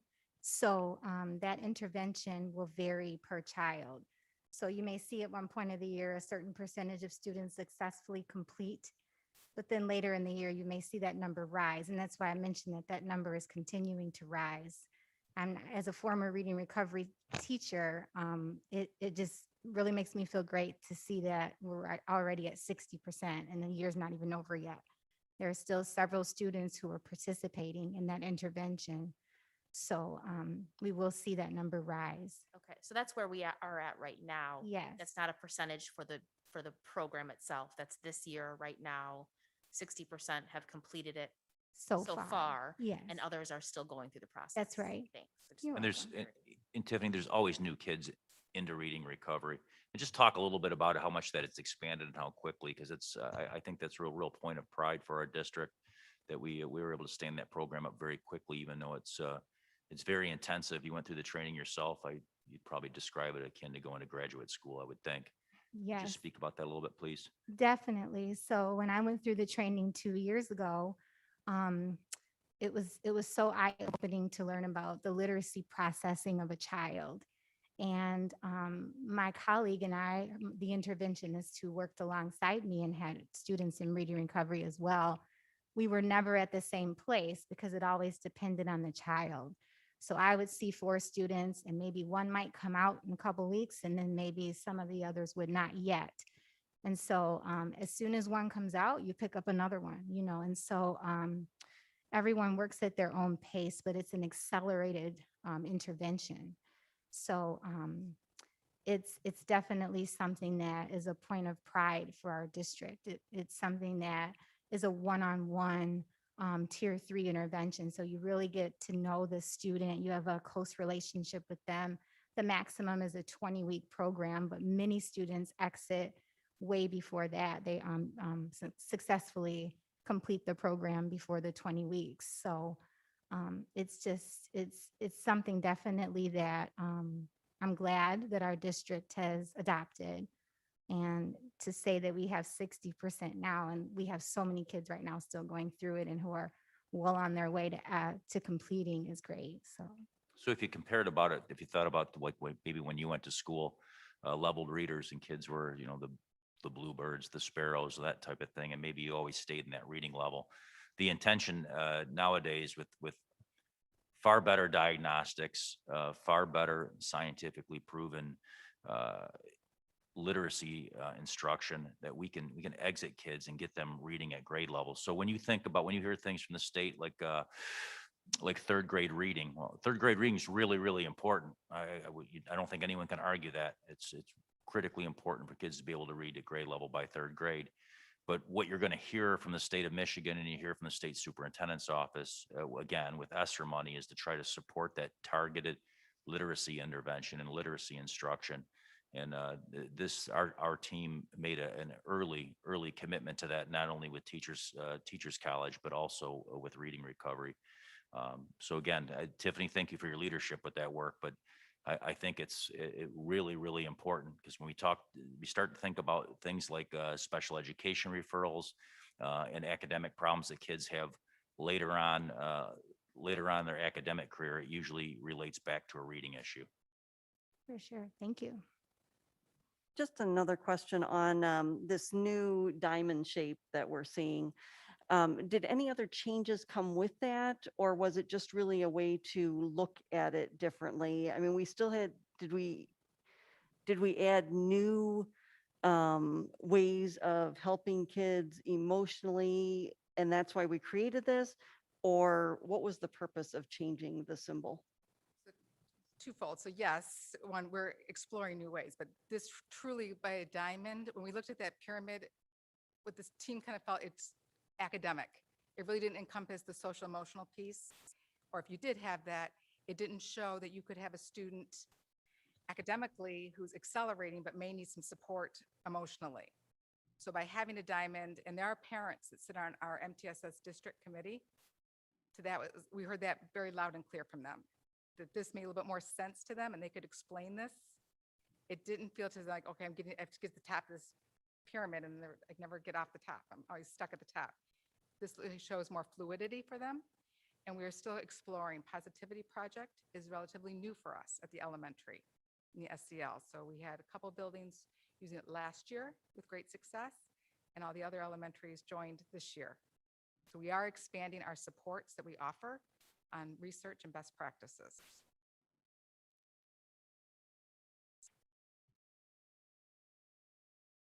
I was just gonna say, you guys invented the diamond?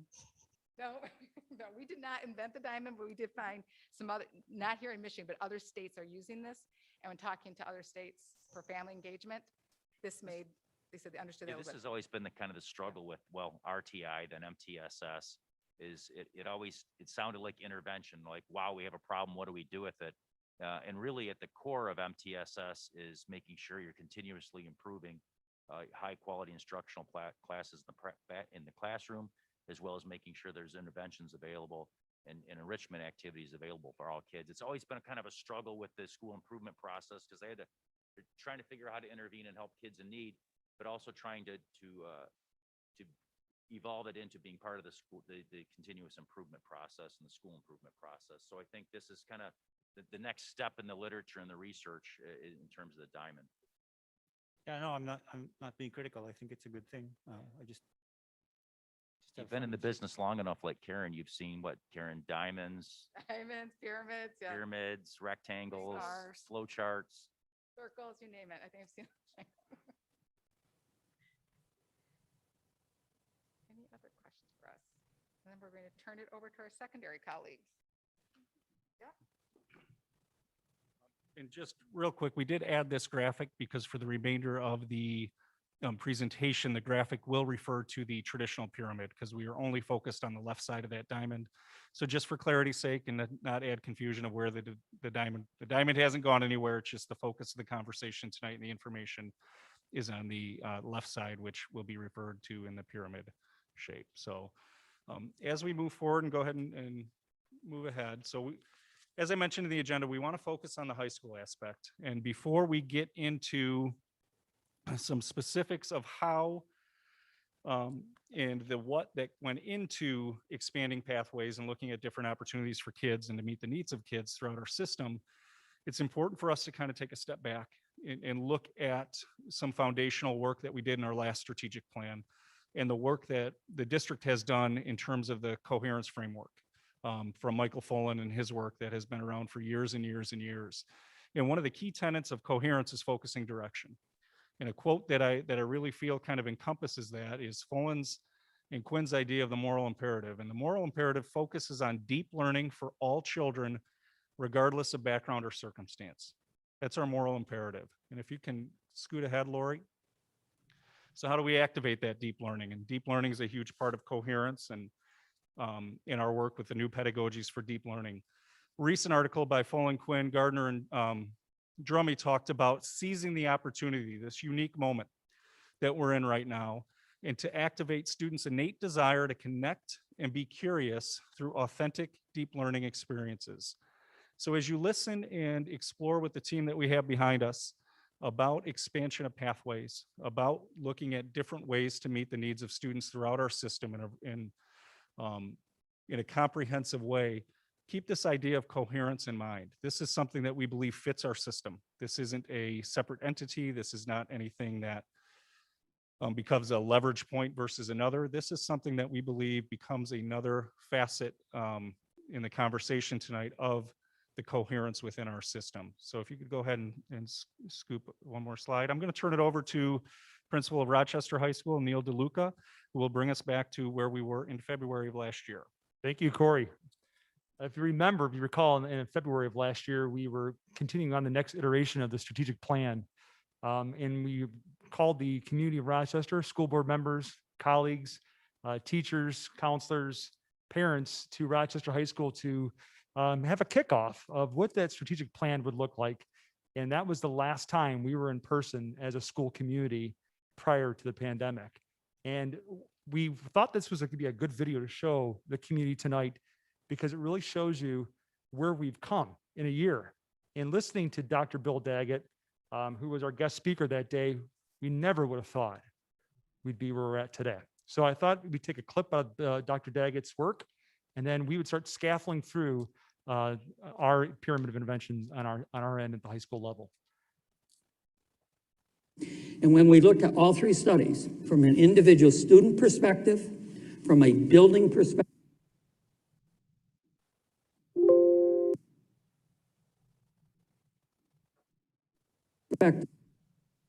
from a district perspective, we came down to some general findings that cut across all three studies.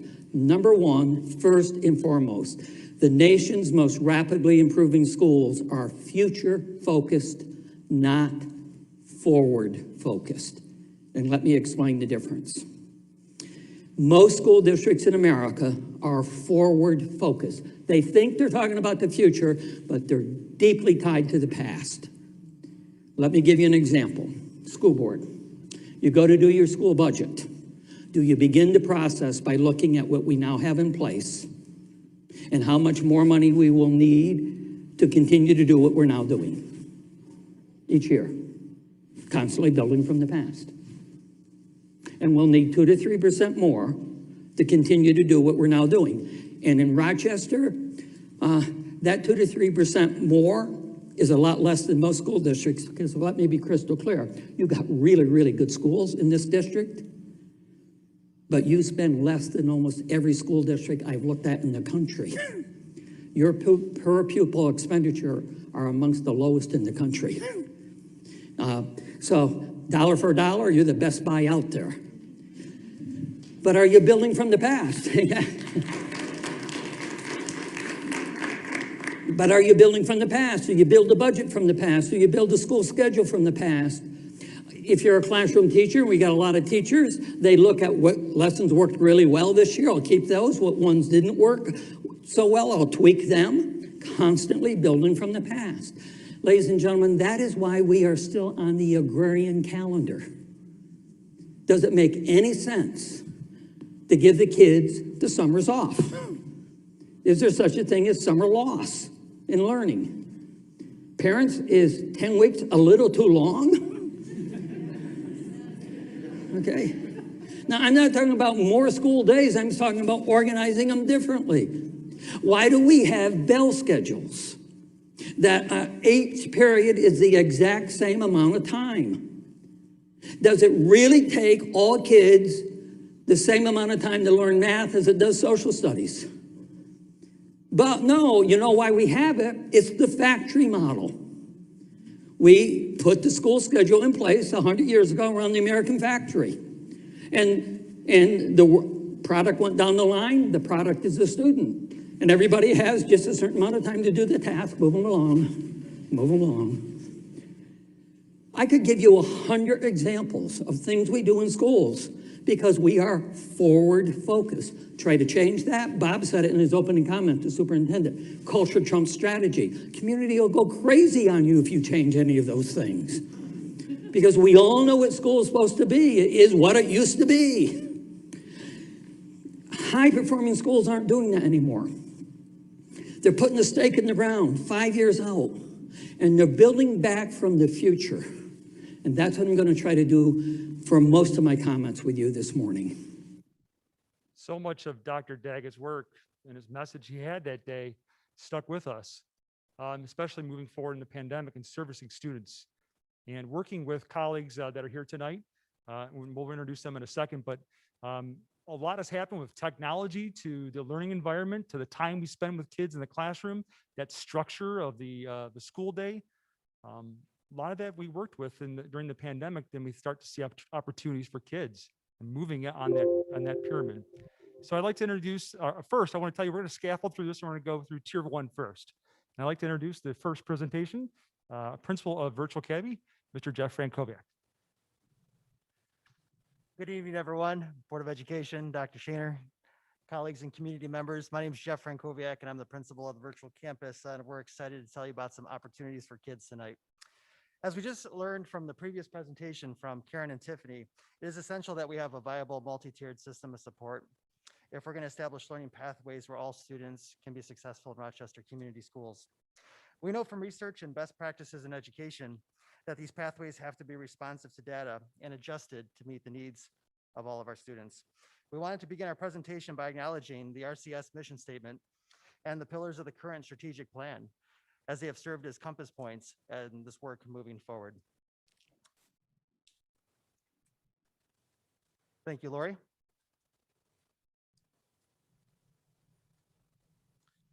So as Dr. Daggett had said, future focus is everything. Another key researcher we've been building a foundation of education from has been Dr. Michael Fullen. And I think we're all familiar with his work. But the new pedagogies for deep learning, or NPDL, has been something threaded through all of our systems in Rochester Community Schools, even throughout the pandemic. And a set of priorities has been established that encompasses that framework. 3 significant ones are on the screen in front of you. Aligned with MTSS, we know now more than ever that one size fits no one. It is as essential as ever before to have instruction and individualized support and to partner with students as those pathways are created. The last 12 months have served as a catalyst by springboarding students, staff, and families into relying on digital technology to support student learning. What we realized is that technology is not a replacement for good teaching. However, when leveraged, it can definitely enhance it. And that's significant with don't migrate from technology, leverage it. We cannot go back in time to March 2020 if we're going to do any service to our students from what we've learned. And lastly, and probably most important, we have to forge new pathways. We'll be doing a disservice to our students if we simply transition back to previous to the pandemic. We've learned so much about individualizing instruction, and we're in a better position than ever before to launch forward for new pathways for kids. Thank you, Lori. So as we talked about, this pyramid is going to be our friend for a while this evening. And Lori, I think there's some text on that. I don't know if it pops up. Thank you. And if you can just put the text on throughout it. Throughout our presentation, you're going to hear an update that includes an overview of where we've been and where we're headed at the John M. Schultz Educational Campus in tangents with our comprehensive high schools. We're pleased to share with you that we have more pathways for our students than ever before. This presentation will provide a summary of these pathways and is divided into 3 sections: ways we can leverage our digital resources to enhance teaching and learning, virtual pathways that have been realized from the virtual campus, and pathways supporting our students who have been identified as needing tier 2 and tier 3 supports in our comprehensive high school. One large point of pride along this journey is that we've been equipping all of our students with their own Chromebook. This will allow students to access to more digital tools than ever before in all 3 tiers of support. And without further ado, I'd like to call up one of the champions of technology, and that is our current informational literacy specialist at Ruther Middle School, Rachel Monero. Thank you, Jeff. Thank you all for having me here this evening. I'm Rachel Monero. I'm the Information Literacy Specialist at Ruther Middle School, and I've also had the opportunity to support our virtual campus this year. So this school year has provided greater opportunity for us to leverage technology. With our one-to-one Chromebook initiative, students have greater access to digital tools and learning opportunities. This winter, we launched a student tech crew, which is built up of students from all of our high schools that come together and meet monthly to create tutorials to support our students and families.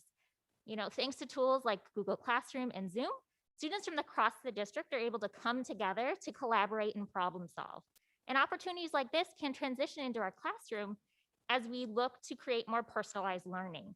We now have the opportunity to offer courses through our distant learning opportunities at the John M. Schultz campus, which will allow us to offer more course offerings. Next part, please. You know, a digital tool is only as good as the instructional strategies that are paired with it. And educators across the district are integrating technology into their lessons to create personalized learning for our students and really get to that deep learning opportunity for them. I'm inspired and in awe of the work my colleagues are doing across the district to create these nurturing environments to support our students' intellectual, social, and emotional needs and growth. You know, from learning a new tool or implementing a new strategy, our teachers are truly transforming the learning for our students. For a while, Google Slides was just seen as a presentation tool, but now they're using it to facilitate collaborate learning. We have teachers who are using brand new tools like WeVideo to create their own original instructional videos. And we have teachers that are using Nearpod to create interactive and collaborative lessons. And as a district, we're starting to reimagine ways that we can offer professional learning for staff. This winter, we offered a midwinter tech challenge, and we invited all staff who were interested in participating to learn more about some of the digital tools that we have here. And, you know, each week we put out a short video. They were able to learn a little bit about how they could use it in instruction, and then they had a week to try it out with their students. And the feedback that received is very positive. And so asynchronous learning opportunities like this can continue to grow as we leverage the expertise in our own staff. Next part, please. The next slide. Thank you. Using technology to connect with our community members is growing our learning partnerships. So for example, the PTA usually puts on an in-person health fair. We were able to partner with them and brainstorm what digital tools they could use to bring this to the larger RCS community. We have high school students right now who are creating the videos to help support the learning of our elementary school students. And how awesome is that to get them involved to do some service learning and impact other students? Another example you might be familiar with is we did a virtual adventures, the Big Bright Light Show. And this opportunity allowed families and students to experience aspects of this community event that is not normally accessible to them. And I'm excited to see the ways that we can continue to grow our partnerships as we leverage the digital. Next slide, please. And lastly, I'd just like to talk about how we're using technology to connect with our families. Last March, when the pandemic started, we created a virtual makerspace where families could go and find STEM activities to do together. And then this fall, we launched a family tech support site where families and students can go to find tips and resources about the technology tools and the digital learning environments. You know, and this website or the site was created based on feedback that received from the community. And as we look at all four of these right here, we can continue to grow and leverage digital as we look to explore some learning management opportunities so that we can make sure that our students, families, and staff are more connected together. And this really right now is just the beginning of how we can grow as we start to leverage the digital and create more deep learning opportunities for our students.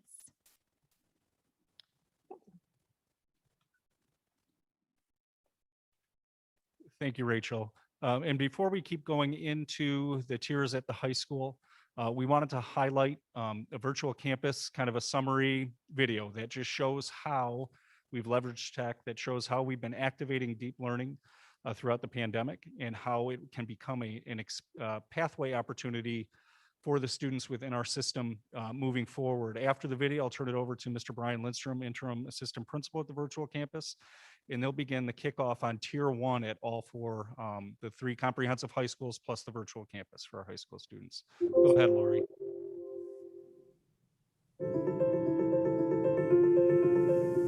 Imagine school done differently.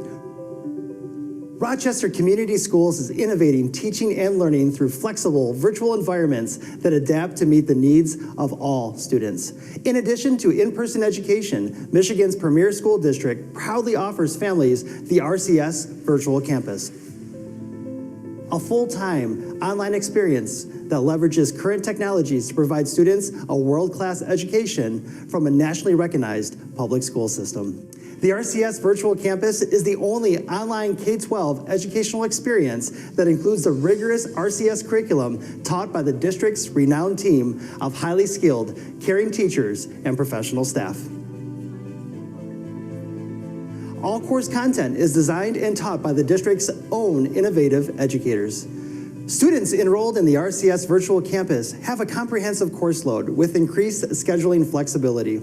In addition to core curriculum, the full learning experience also includes art, media, music, and physical education. From the youngest learners to graduating seniors, all RCS Virtual Campus students can learn at the highest levels in an environment that supports their individual needs. Like in-person learning, students enrolled in the RCS Virtual Campus will receive a multi-tiered system of support and experience a culture where all members of the school community are safe, valued, and respected. Students remain connected to their home school so they can still enjoy extracurricular activities such as athletics and programs in the arts and sciences. Hello, I'm Superintendent Robert Shaner. At Rochester Community Schools, we continue to embark on an exciting journey that's setting an example for what is great about public education. I'm extremely proud and honored to lead an amazing team who inspires our students to seek the passion that's within their hearts and make a difference in our world. At Rochester Community Schools, we're fortunate to be part of a community that values education and puts the needs of our children first. Together with our families and community partners, we can provide our students with the knowledge and the tools to excel beyond expectations. Visit the Rochester Community Schools District website at www.rochester.k12.mi.us to learn more about the innovative opportunities awaiting students at the RCS Virtual Campus. With more choices than ever before, Rochester Community Schools continues to lead the way in public education.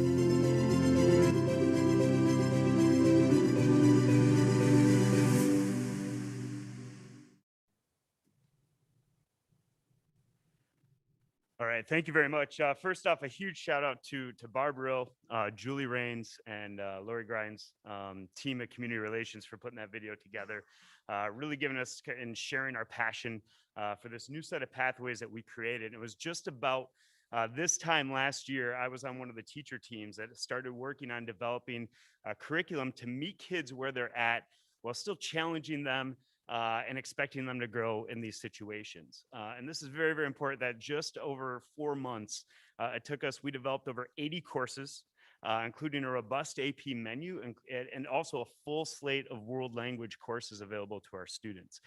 So just absolutely amazing. We worked our tails off throughout the summer to get that together. And I've been really excited to represent Virtual Campus here today to kind of see that journey through. Many of the teachers went back to the classrooms. I have a team that stayed with us at Virtual Campus, and we kind of got the lead the way for that. So that's super, super important work that has put this together. So, you know, kicking this off at the Virtual Campus at our secondary level, our high school students meet once a week with their teacher in the subject area. And on Friday, they have their specials where they meet 2 times a day. When their teachers are not with them, the teachers are creating content and material for kids to access 24/7. And we also hold office hours throughout the week so students can meet with their teachers virtually anytime that they're available. As any online program, we have a learning management system that's critical to standardizing our curriculum and the student experience. Students are able to communicate through the system. It houses unlimited number of videos and documents that we have on there for the students to learn from, which is exciting because they can truly access it whenever they want. We've had students testify to us that, you know, some of these ways and means that they were learning brand new, that they didn't have those opportunities in the classroom to rewind their math teacher, but now they do. And just listen to them again and again to really emphasize the points and hit home on that stuff. So throughout this year, we've received feedback from our families, faculty, and students. We've been constantly tweaking that LMS system, the interface of it. We've been integrated really in November, Google Assignments, which was a new platform that came out that made stuff easier to turn coming in. So really working on that feedback, and our teachers have been a huge part as they worked on being flexible and meeting the kids where they're at, really designing new ways and techniques to get assessment data from them, to collect where their students are at, and then turn around and adapt their instruction. And so again, the students are still connected to their home schools. They're still involved in sports and activities and clubs. We're excited that a few weeks ago, we were able to hold our first ever virtual campus charity week to start building in some of those schools, I guess we could say culture events that take place usually at their home schools. And we really witnessed some organic growth in photo club. I saw a few pictures in the video there of our photo club students. We have our art club, intro to coding club. One of the kids was walking through some of the projects that they were working on. So it's been really neat to see that organic growth from our students here. So thank you guys again. We just want to introduce that pathway to everybody, and I'm going to turn it over to Mr. DeLuca, and I think he'll take it from there. Thank you. Thanks, Brian and Jeff. Now we're going to walk through the tier 1 at the traditional high school, a comprehensive high school, and I'm going to invite Mr. Pasquale Cusimano and Mr. Brian Shelton up to the podium, or mic. Hello, everybody. Great to see you. Thanks for having us. I'm Pasquale Cusimano, principal of Adams, if you didn't know. And I'm Brian Shelton, principal at Stony Creek. Thanks for having us. So we live in the high school, so they said you guys should probably talk about what happens for all students in the high school as far as tier 1 and what they have access to. And we feel pretty confident because we're there that we can talk about that. But basically, you're hearing about the 3 different levels of support, but we're only going to focus on tier 1 supports that all students have access to in our schools. Next slide, Lori. So tier 1, obviously you've heard this, but it's what all students have access to. They have access to high quality teachers that use rigorous curriculum to guide their instruction to help these kids grow and learn. This is true for our comprehensive high schools. And as you heard at the virtual campus, they have access to a high quality teacher and a high quality curriculum. So that is what tier 1 is to the core, the meat and potatoes of what kids are getting every day in the classroom. Basically, we're going to hit on 3 things that tier 1 kind of hits on at the comprehensive high school. And Brian's going to first start off by highlighting our amazing teaching staff. Thank you. So we wanted to share, similar to how the virtual campus, to break it down. So many great things that we do, as Pasquale said. We do live at the high schools, and there are many of them at Rochester that we service every day. And we want to make sure that we're world class. And so we thought for you tonight, we'd share the 3 big things for tier 1, which is our teachers, our instruction, and our learning environments. To start off, our caring, loving, and high quality teachers, we did a little background look and appreciate our support from our HR department. Out of the 934 REA members, all are highly qualified to teach in our schools. 702 of them have a master's degree. 44 have an educational specialist degree, and 8 have a doctorate degree. That number was way higher than we expected, and because we didn't think it was there, but I was just really floored at how big it was. So that's just an amazing start to the high quality teachers. But what we've learned, similar to how you guys saw the pyramid turn to a diamond, is it's not just about how much you know, but how much you care about the kids. And so we've really looked into the 21st century skills and the self-direction, collaboration, and the different things we do in the classroom, but also the professional development to make sure that we're hitting the social and emotional needs of all of our students. Bottom line, Dr. Shaner teaches us all the time, is relationships matter. Next slide, Lori, please. And obviously it doesn't stop there, being highly qualified and having a degree. More importantly is what they do in the classroom with instruction. And, good instruction is the key component of the tier 1 support. Having the good instruction. If you walk into the classroom at any of our high schools in the virtual campus, you'll see teachers and students engaged in activities that promote collaboration, critical thinking, such as Socratic seminars, discussions, debates, explaining their thinking, those type of higher level skills.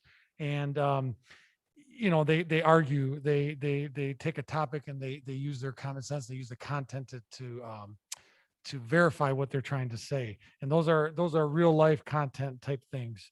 Our teachers continue to receive professional development on best practices like the deep learning that you've heard, that we've been doing cultures of thinking for a long time, but anything that we continue to give PD on these things, so our teachers are well equipped to have these instructional practices and move with the times to make sure kids are getting what they need. All students have access to our comprehensive advanced placement program and AP diploma program.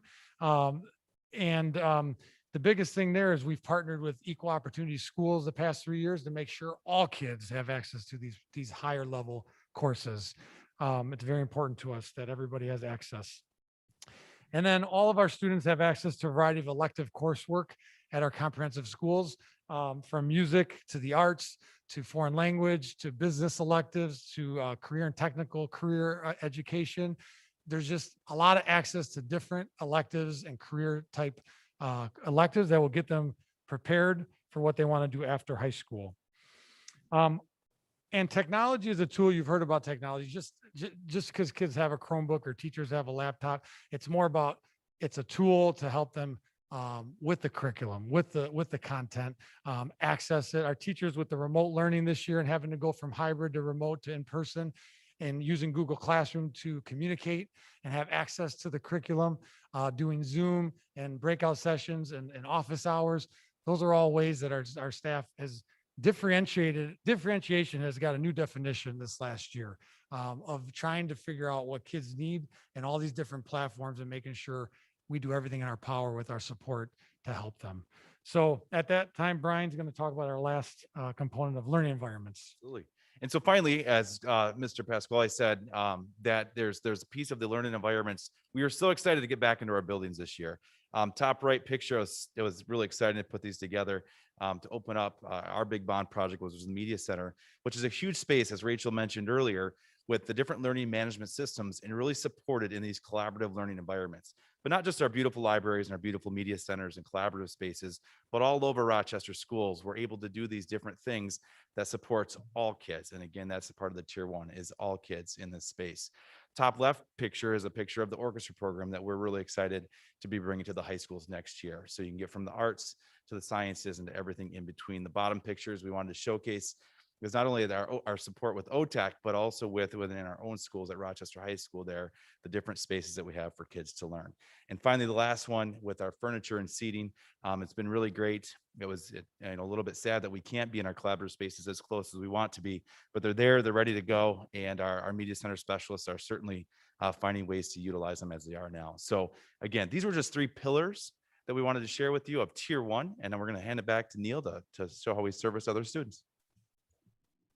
So showing you tier 1's intentional, because when we go into tier 2, it's about coherence with Fulton's work. It's about Daggett's work, thinking ahead. And then the situation that we were in the last year really allowed us to build a team here that I'll introduce in a second. Next slide, please.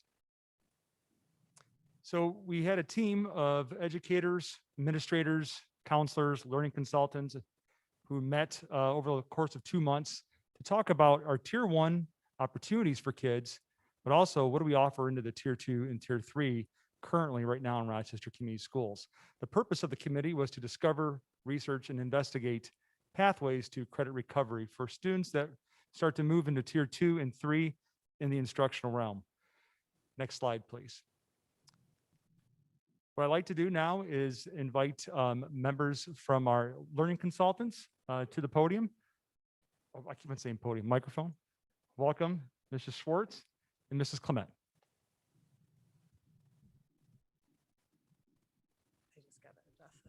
So I'm Tracy Schwartz. I am the learning consultant at Rochester Adams. And I'm Christy Clement. I'm a counselor at Rochester Adams. And we're going to talk about our tier 2 support. So Lori, if you could go to the next slide, please.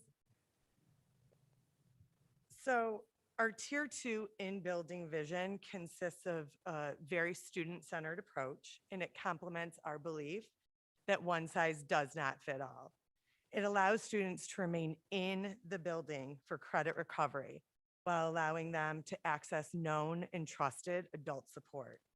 Knowledge and credit is recovered in the moment as an immediate mitigation measure. Furthermore, the use of ingenuity allows students to remediate lost concepts at their own pace, and it then leverages success and curriculum advancement. IEP and 504 services remain in the building, which continues that important relationship between all stakeholders, the caseload provider, an administrator, the counselor, parent guardian, students, and other support staff, such as myself, a learning consultant. Next slide, please. The pandemic brought a unique set of circumstances and challenges for our student population, and it highlighted to us that we can approach credit recovery in a really outside of the box way of thinking. So our goal is to give students an opportunity to remain on track to graduate with their cohort and remain in their home building as much as possible. Next slide. Nope. Oh, no. For students that are Sorry. minimally credit deficient or those who are not likely to pass a class in the current semester, we would have the opportunity to reduce credit deficiency right in their normal school day. In this vision, we would have a paraeducator assigned to oversee a group of students while they work to earn or recover credit. We will have an Edgenuity expert teacher overseeing the courses who regularly visits with the students in their home building. For those that are struggling and not likely to pass a class in a specific course, they would have the opportunity to earn credit while in danger of failing, rather than recovering credit after they've already failed a course. Our plan values the partnership with families, and we use parent and guardian along with student input with our other team members in the building going forward in this plan. Now Next. the next slide. So we're going to give you a sample of a student. Her name's Aubrey in this case, and she's a sophomore, and she's currently not on track to earn credit in geometry, but she is passing her other classes. Her attendance is sporadic, and when she does come to school, she is seemingly disengaged. Efforts have been made by the classroom teacher, the counselor, the LC, an assigned administrator to help get Aubrey back on track, both academically and emotionally, but unfortunately, they haven't necessarily had the desired outcome. In the traditional model, Aubrey would not earn credit for semester 1 geometry and then would move on to semester 2, even having failed semester 1. This has the potential for further credit deficiency for semester 2 because Aubrey has not reached that needed foundation and she doesn't necessarily have content comprehension. She would then recover the geometry credit either in summer school or by doubling up math junior year. That's with our old model. Next slide, please. In our proposed new model, Aubrey's schedule would be adjusted during the current semester after meeting with a team of stakeholders to discuss placement and what's best for Aubrey. In changing her schedule, all of Aubrey's other classes would remain intact and only her geometry class would be changed. She would move from the traditional classroom setting to the Edgenuity support classroom, where she would be able to test out of the concepts she's mastered and then work at her own pace towards completing those she has not. She would be able to rewatch lessons as needed to gain mastery and understanding, with the goal being to set Aubrey up for success going forward. And at this time, I would like to turn it back over to Neil so he can introduce our Tier 3 level supports. Thank you. As we move into Tier 3 now, we're going into more support where the environment needs to change a little bit. And I'd like to welcome up members from our virtual campus, as well as members who are put back into the regular campus or high schools, Mr. Fosna, Mr. Kennedy, and Mrs. Bernard.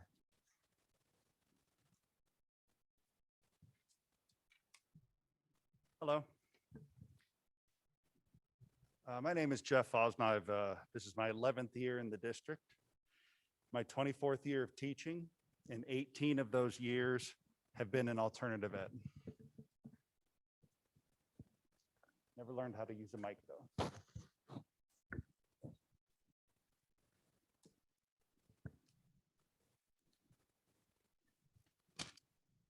I just want to share my experience, which may add to the discussion. Rochester just doesn't say they care about every student, they actually do. I've seen it. Before Rochester, I worked in 2 other districts. They aimed to serve the masses, but the students in the AP or at-risk categories were often left to fend for themselves.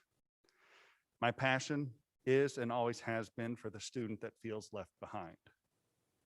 Maybe their learning style doesn't match the bulk of the students. Maybe they're struggling with the death of a parent or of self-doubt, or just getting the motivation to face life every day. One of these schools crammed as many students in as possible. I routinely had 40 students, 24 desks, and no books, and no budget. The other school didn't even have an alternative ed.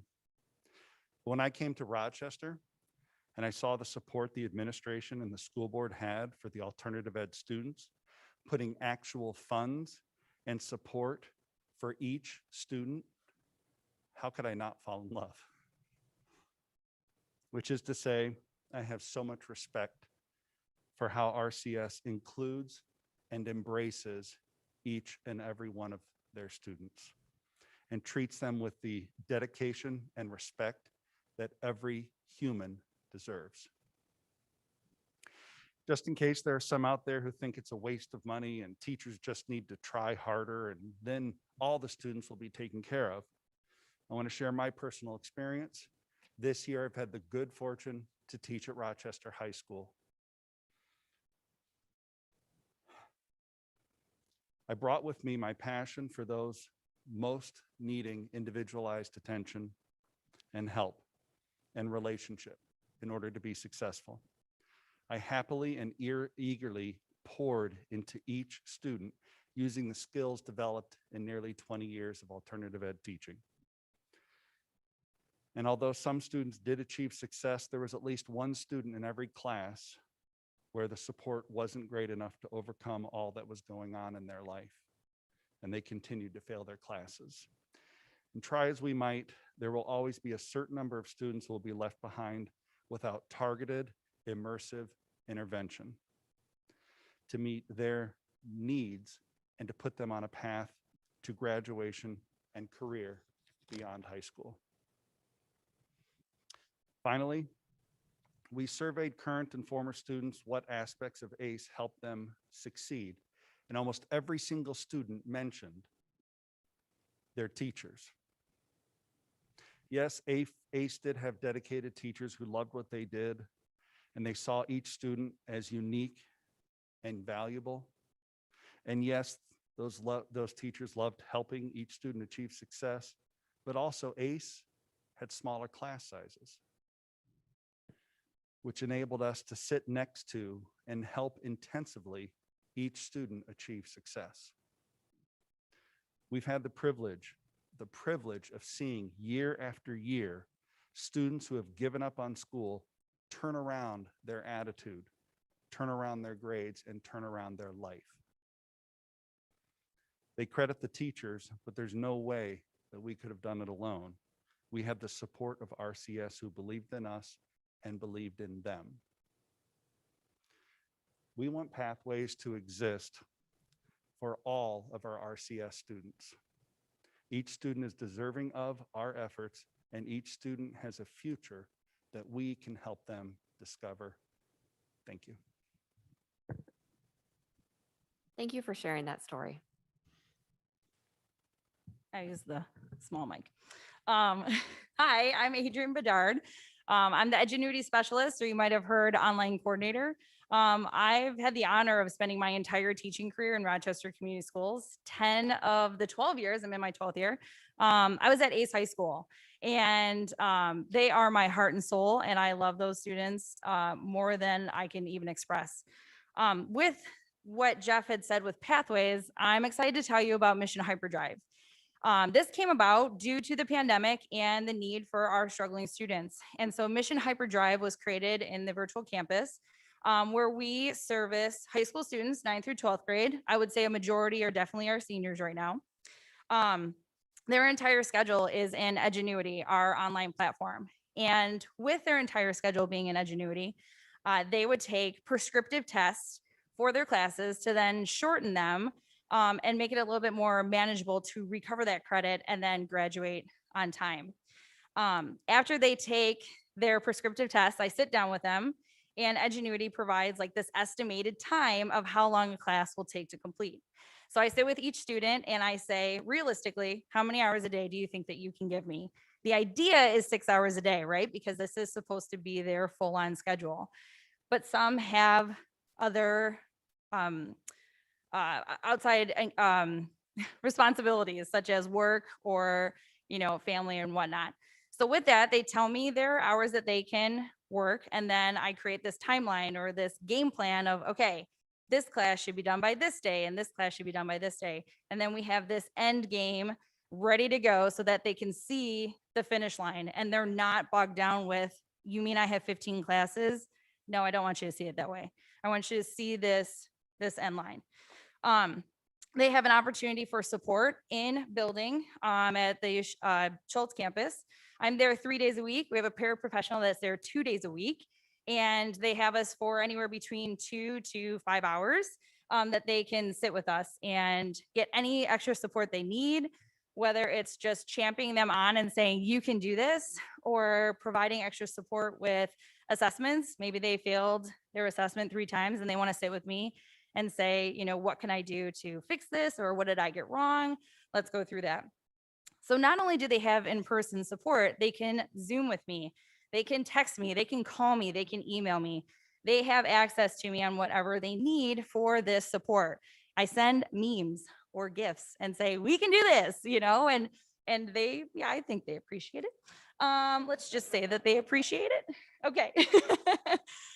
We also go through their notes because notes is obviously a very important aspect to their learning because it is on their own. It is at their own pace, but again, within that time frame. So we talk about guided notes and how to take notes through Edgenuity or how to just take paper notes.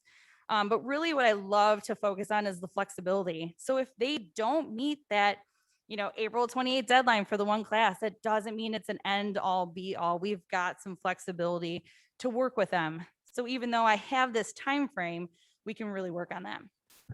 And obviously they have a village of support. You know, when I reach out, it's to the student, the parent, the counselor, the admin, anybody who can wrap their arms around these students and show love and support to get them through this kind of trying time of the very end.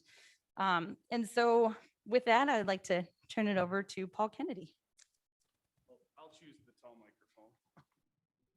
So like Jeff and Adrian, I share a lot of experiences and history that they do. So my name is Paul Kennedy. I've been lucky enough to spend my entire teaching career within Rochester schools.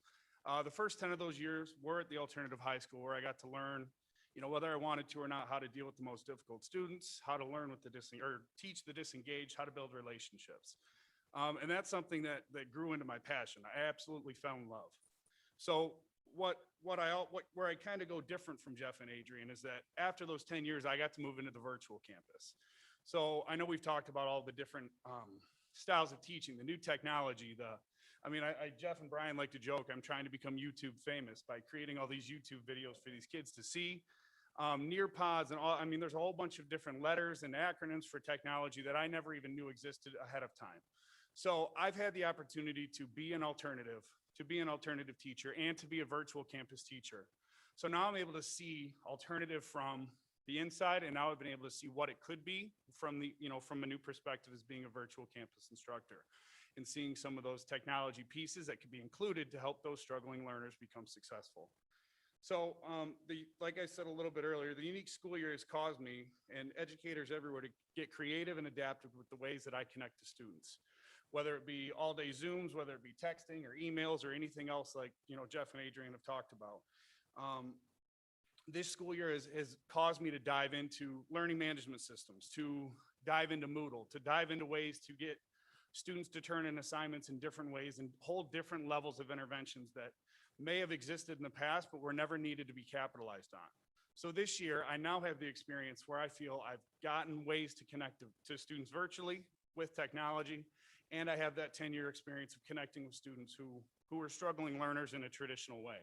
So I'm just up here to share my passion and my excitement for the possibility of combining these two different worlds that I've gotten to live in as a way to support our students in the future through, whatever it may be with alternative learning, with technology, with virtual campus. So thank you for your time.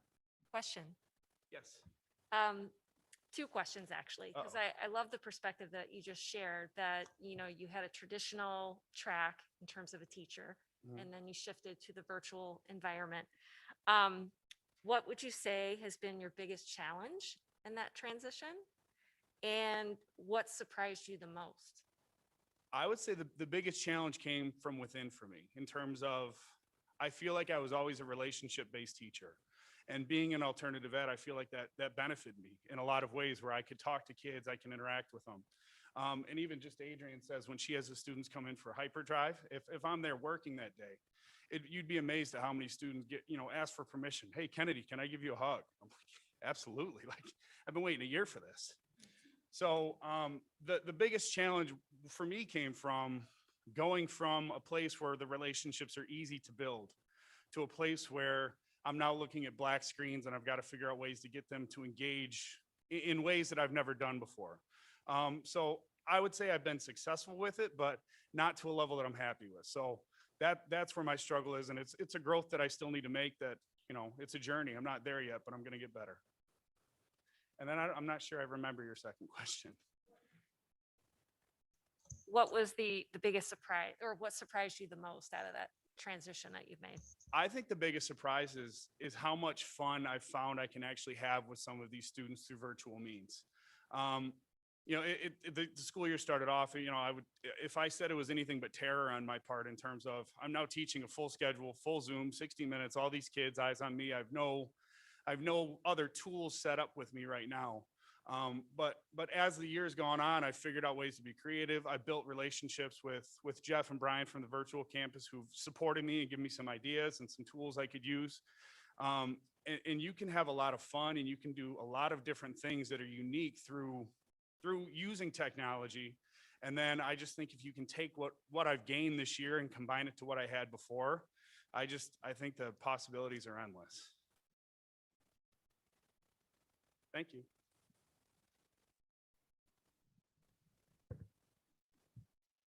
Thank you, Paul. I'd like to invite the team members up here for questions now, but really as we transition, as we're walking up here, the possibilities are endless. And one of the things we've noticed as a team is that being creative to support all students, not just tier 3 students, but all students. And there's so many different stories that we have that we love to share with you, but I'd like to open it up for questions from the board and Dr. Shaner as well. Thank you all for presenting. And I would love a work session where we just hear stories all night, because I think those were all really great. And I appreciate you putting yourselves out there and actually taking the time to come here tonight and share with us. And I just wanted to mention the video from Bill Daggett. That was so crazy to watch right now, because I remember leaving that meeting and we were all like, when can we get started? When can we have late start or early start or block schedules? Or we had all these ideas, and we had the work session afterwards and we had more ideas, and it's almost come a little bit full circle, because we've had to try some of these things, and we've learned a lot from it. And I do appreciate the future focused, theme to this entire presentation. I could tell that went into it. And I just also wanted to give a shout out to the 700 teachers with master's degrees. I don't know what to say about that. I knew we had many teachers with master's degrees. I had no idea we had that many. All of the teachers are great. I'm sure the ones that don't have a master's degree are probably in some process of trying to get one, but kudos to all of them.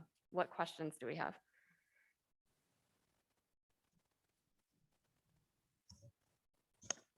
I guess I was just a little more information. I loved in the tier 2, the example of Aubrey and, how it worked between the old system and what the new proposal is. In the tier 3, I was trying to read through some of this as you guys were talking, but it sounds like students would be moving in and out of it all the time. And I guess my question about that is just that from my past exposure at ACE, so much of it seemed to be the interaction between the students, and I'm wondering what you lose if kids are moving in and out and they're not forming those bonds. Thank you for that question. And actually, as President Bull had said, we could do a whole probably workshop just on the future of what we reimagined ACE to be. The biggest thing we want to look at is where our needs are after we survive the school year, in essence, with all the learning and what's going on. We anticipate a greater need than ever before. But that schedule was really confined to a bell schedule. As Dr. Daggett said, there's no reason first hour is the same length as second hour or third hour, right? And as you heard from the teachers, I mean, the heart, oh my gosh. But you have to meet kids where they're at.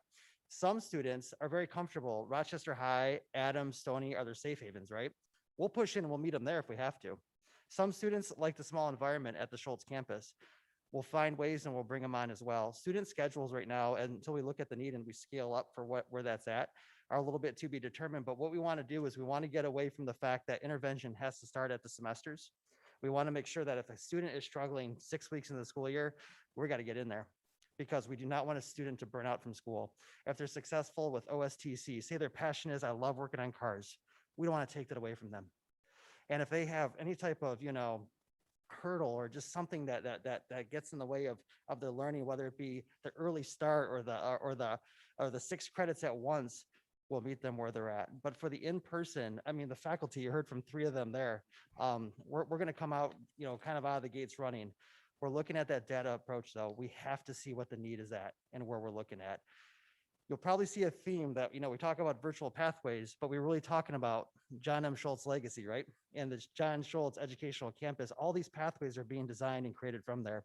They're meant to be fluid and flexible. So a schedule, if it means coming to school, 5 times a week and seeing that teacher face to face, we actually have plans to provide that. If it means coming to school a couple times per week, say half days, we have scenarios to provide that. We have to be good stewards of our resources, right? But as you've seen too, we have no new faces here. These are faces that have been on our rosters. We've been leveraging our current resources. We've been tapping into the skills and the talent that were already within our organization, and we're going to continue to do so. So I don't know. I know that might be a little Yeah, vague. just as a old high school guy myself, one of the things that people always criticize the Michigan Merit Curriculum with is limiting opportunities for kids to define their passions, because the graduation requirements were so rigid, and so the expectations were so high. And I think this is an excellent opportunity to give kids an opportunity to get over to OTech and pursue those career technical education programs that maybe they wouldn't have an opportunity in another environment. And that's probably something you're going to hear about in the future again out of the state of Michigan, about adjusting the Michigan Merit Curriculum. As you know, there's a labor shortage in the trades and a very difficult time getting tradespeople trained. And part of the challenge on that is the Michigan Merit Curriculum and those expectations. So I think this is a really good opportunity, not only for our ACE students, but really to reimagine as we move forward with our new strategic plan. I guess just to follow up on that, if a student is struggling with courses at OTech, do we have the ability to support them here locally with those classes? With the OTech classes? No, Oakland Schools does that actually, and that's something we coordinate. But if they were struggling at Oakland Schools in an OTech program, that would be an intervention at OTech. The one thing, just to wrap up that question too, we are not sacrificing the merit of a Rochester Community Schools diploma. Every child that goes through these programs has earned it. We're just creating more pathways to get there. And if the elevator speech was simply that, I think it would encompass the essence of what we're talking about tonight. I think Mr. Fosnow would tell you that probably one of the proudest days of his school year is watching his students walk across the stage at their home high school after they celebrated graduation at ACE. So, and that's been a tradition here from long before I was here.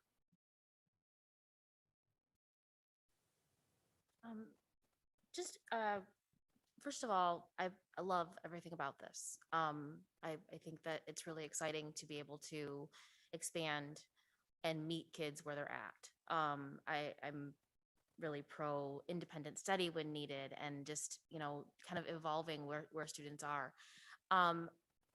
It sounds like we're piloting this a little bit right now. We're working with students right now where they're at. Are there some Aubreys right now? What does that look like?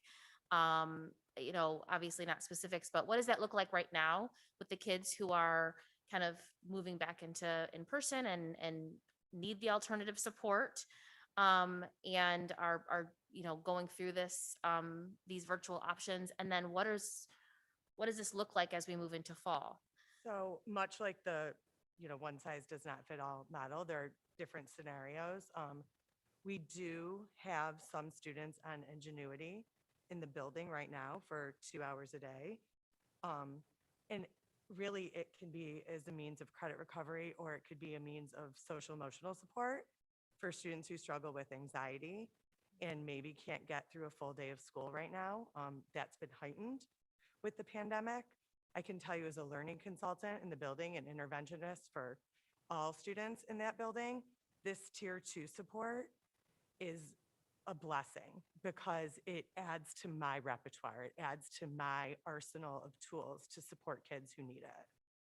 And just to piggyback on what Tracy was saying with having a couple of students, I have one student now who was really struggling with coming back to school when we came in person. And we did modify his schedule to take him out of one of his classes and move him into an Edgenuity class mid-semester so that he would have that opportunity to earn that credit. And something else that happened that was pretty cool is I have a new transfer student. She moved into our district coming from a trimester schedule, and she had earned quarter credits in some of her classes. So I was able to match those classes no problem, but she had already finished semester 1 of Algebra 2 at the point that we were starting halfway through semester 2 of Algebra 2. So I'm not going to put her in quarter 4 of Algebra 2 when she's never had quarter 3. So I was able to put her into Algebra 2 semester 2 at the start of quarter 4, where she'll be able to take that class. So it's working out well in those couple of unique circumstances. That's fantastic. That's exactly what I want. So what is this, whoever wants to answer this can, how does this mirror as we move, like, how does this evolve, right? So as we look into the fall and we look at, kids coming to the Schultz campus, kids at home, kids in their home schools, what is that, or kids in their home schools and then kids at the Schultz campus, how does that play out? Is this that tier 2 support really focusing in the school? They wouldn't be doing this mission hyperdrive, which is the super goal. cool name. Yeah, that's the goal for tier 2. Okay, So great. we meet as a team every month. Our team consists of all of our counselors, both assistant principals, our school social worker, our speech pathologist, our school psychologist, and myself, the learning consultant. And we problem solve for kids. We talk about what supports these children really need. And then we would work with parents to determine what the best next steps would be. And how it could look in the fall is if we have a student coming in and we do feel it's best for them to stay in their home building and they're 1 credit deficient, we could right at the start schedule them into an Edgenuity class for there, and then in the fall the Aubrey scenario would come into play as that student that's struggling 6-8 weeks in, and then we move them into that. So ideally, we would have a paraeducator staffed in the Edgenuity support room each hour of the day so that we could transition them easily and it wouldn't be only a specific hour. That's fantastic. And then if somebody else wants to talk about the tier 3. I just want to include, I'll give you an example at the high school level. After semester 1, we noticed we had some failures in 9th grade. Phone call was made to Brian Lindstrom, who then had called Paul Kennedy. Paul Kennedy was on site at Rochester High School within the hour, setting up students, getting them going, working with an Algebra 1 teacher. Like that's a story right there that we got kids back on track and not just said, well, the system, and we were thinking in the future of how to get the kids back on track. I wanted to throw that out there. Fantastic. Thank you. Just to follow up on that, if a student, is struggling right now, maybe, and, or right as the semester ends and is not going to pass that course, will they have that opportunity over the summer to catch up? Or do they have to wait until the fall to do a catch up? That's where we have our project graduation comes into play, as well as our summer school opportunities too for students. But though, with staffing in the summertime, it'd be limited. But though project graduation and summer school would be the option.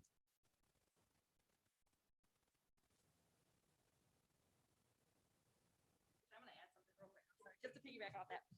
So project graduation actually turned into Booster, go with the Mission Hyperdrive, awesome name.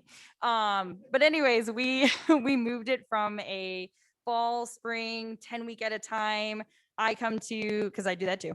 I go to the home buildings for 3 hours and meet with them. With the pandemic and everything that's going on, we switched it to Booster, where they have the entire quarter to complete a class. And now I meet with them over Zoom and they can take their prescriptive tests over Zoom, and then I walk them through the expectations. And now, I had, I think 12 for quarter 3, and I'm still even adding kids now to quarter 4, which I think is amazing. I'm not turning them away because they missed this deadline. I'm as long as they meet the deadline by the end of the school year, then if they can commit to that, I don't have to turn them away, and now they can continue to work on that too. I want to thank all of you for the presentation. That I can't, I got to tell you how proud I am of you guys, of the building administration and our teachers, for what you've done for our kids. I know it's working. I know it's working because the kids that we graduate every year seem to get smarter and smarter. I'll tell you, they're a whole lot smarter than I was 40 plus years ago when I graduated. So, but it's good to have good programs in place, but the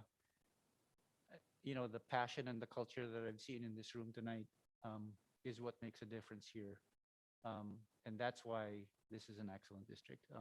And I want, that you guys embody that, and I really feel, a sense of pride to have you guys in our district. You're focused on that left side of the diamond, and rightly so. But the things that you guys are doing really could apply to the right side as well. I mean, don't do that now. I mean, focus on you guys know what you're doing. So, but I see doing a lot of the things you're doing now also will affect that right side. Real quick to speak to the right side, as we go through staffing, we used to have this thing called the distance learning lab that I was a teacher in. So I taught AP Econ at Adams High School, and there were students at Rochester and Stony that joined in. Now that we have the virtual campus platform, if we have a class that's low in numbers, we could still offer that class in the virtual campus. And so a student in their 5th hour, instead of going to a classroom, could go to one of these flexible areas and take that class through the virtual campus and join in that platform. And it's also available for our students who are at the Schultz campus. Students who are at the typical ACE model now have access to new classes that they wouldn't have had access before too. So some of their electives could be through virtual campus classes and still offer that. So you're exactly right. On the right side of it, hey, maybe a kid wants this pathway of, I like to do my math class online. We offer that option online, and they join the virtual campus class for that without leaving our district for it. So you're exactly right on that point. Thanks. And I think that's a great way to close out this presentation, because the only thing I was going to say is that it's really hard through the fog of the pandemic to find positives. It's really hard, but this presentation really focused on those positives, and I appreciate that. It focused on access and flexibility, and some of our students and families need that. I mean, many of them do, and so appreciate that. I so appreciate your enthusiasm. This was a great presentation, and thank you for being here. So we're wrapping up our meeting. We have citizens present at the meeting. I have 3 yellow cards. If you do wish to address the board, you can fill out a yellow card, which is on the table in the corner. You can just go ahead and hand those. Andrea, can you just have them collect? You can just go ahead and hand those to Andrea, and she can pass them down. I have Margaret Simmons.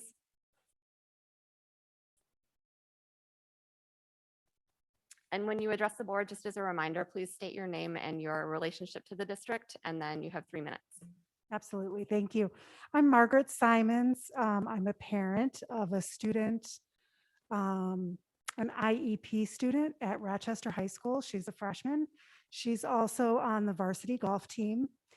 And so I'm just here to voice my opinion about the mandatory COVID testing that athletes are going through right now, and also the mask mandates. And I know that those are not necessarily decisions that are made by the board, but I know that the board does speak with other government entities that might mandate those things. And I would love if you would advocate for our students in a way.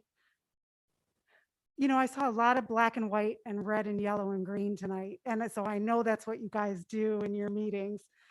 And so I just wanted to bring a little social, emotional back to the meeting, and thinking about how you feel right now. You've been wearing a mask for 2 to 3 hours. How does it feel? What does your body feel like? Check in with your body. How does that lack of oxygen feel? It doesn't feel good. And that's what our students go through. So imagine being a freshman in a huge new high school. And the day that you go into that high school, you come into all of these faces. Does this look like humanity? Does this look like something that you want your freshman student to walk in and meet their new teachers and their new students and their new principals, especially a special needs student? This is what they see when they walk into their classrooms. So when we talk about social emotional, let's think about that. We do so many amazing things. You guys do amazing things, but let's not forget the humanity. Let's not forget that they're walking in and seeing this every day. This is not normal. And if we think it's normal, why? Why do we think it's normal? We have a year's worth of data now. A year's worth of data. And I was going to share all the data and all the stuff, but that doesn't really matter. Let's look at it. Let's see. This is not normal. We don't have to do this. I mean, I have a high school education, and I know that our bodies need oxygen to function properly. I don't know why our government doesn't understand that. But I just wanted to be here to advocate for those kids, those athletes that have to run with these on, that have to test every week and hope that they don't let their teammates down because they got a positive COVID test, which may not even be really positive. But please, let's think about it. And when you talk to your cohorts in the government, please advocate for our students. Let them know that this is not humanity. Thank you. Thank you. I have Chris Monette. Chris Monette.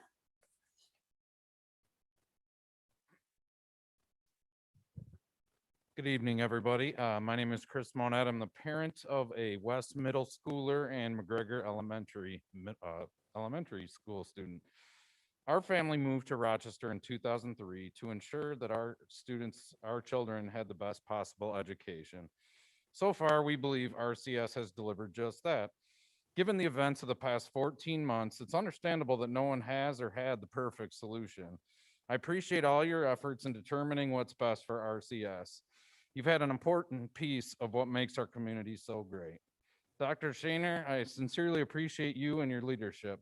I'm sure when you came back, you and your team came back from 2019, 2020 holidays, you never imagined 80 to 120 hour work weeks and a volcanic number of criticisms. Your efforts need to be applauded, and you are respected as one of the top leaders in the state of Michigan. In closing, I wanted to thank the McGregor and West building staff, teachers, and administrators. I know there are multiple issues and challenges related to the pandemic, but wanted to sincerely thank everyone for their efforts to educate our kids. To the board, you guys have a tough job to do. I appreciate the efforts you're providing direction and support to RCS. I'm going to say something that frequently goes unsaid in many situations, professional and personal. You all are doing a great job. Thank you. Thank you. Joshua Raymond.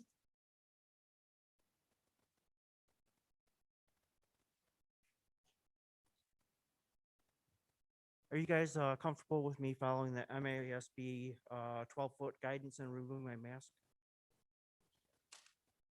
I don't know what to say about that. We really do require the masks at the meeting. We're all wearing them. If that's okay, please, please comply. My name is Joshua Raymond. I have 3 daughters, one still in the district. On March 25th, 2013, there was a study session on differentiation. 3 subcommittees were created, one on behavioral issues, one on low achievers, and one on advanced learners. As a board member of the Michigan Association for Gifted Children and a parent of 3 gifted daughters, I asked to be on the subcommittee for advanced learners. However, there are no non-education parents on this subcommittee from my understanding from one of the members. And nothing happened. 8 years later, we are at the same spot.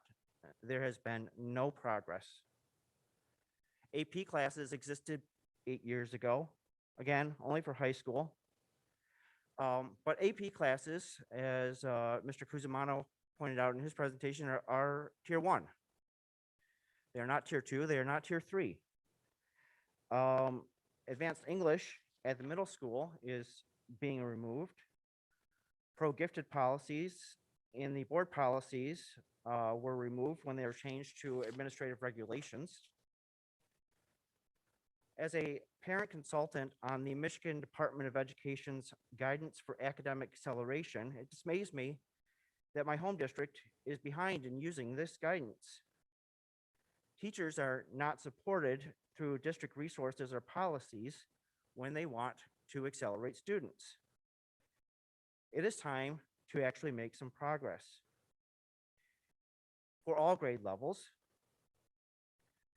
in actual tier 2 and tier 3 supports, with gifted trained teachers, with parent involvement in the subcommittee, tell about our challenges, talk about our kids and their needs, to spur progress so that 8 years from now, we're not back here saying, what has been done? Has nothing been done? So why is this important to me? I saw the love of learning killed off in my kids. I saw it return to my daughter when she entered the International Academy and had high-level classes and great discussions there. I saw it in my youngest daughter when she switched to Avondale Gate and has classes aimed at her level. Please wrap up. I will. And sometimes I see it in my daughter at Rochester Adams. I saw it when she did a grade skip at Longmeadow. I saw it when she has taken advanced classes, but it still hasn't come back fully. I don't want this level of learning to be gone from the other students in our district. As one of the earlier presenters said, we want to keep their passion. Thank you for your comments. Your time's up. Thank you. We have 1,000 kids. Thank you. Who need your help. Thank you. Jessica Opfer.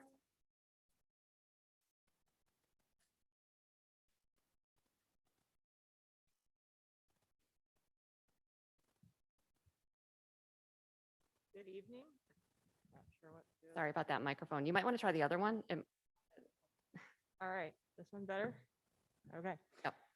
Good evening. My name is Jessica Opfer, and I am the parent of 2 students in the district. And before I begin my prepared comments, I just want to say I really would have liked to see a discussion as detailed as tonight's discussion on the topic of distance learning or remote learning, live streaming, whatever you want to call it.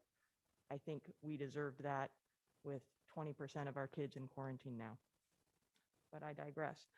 My comments tonight concern the obligation of this board to perform due diligence in a manner that is publicly transparent on the use of $10 million in taxpayer funds to purchase and renovate a new administration building.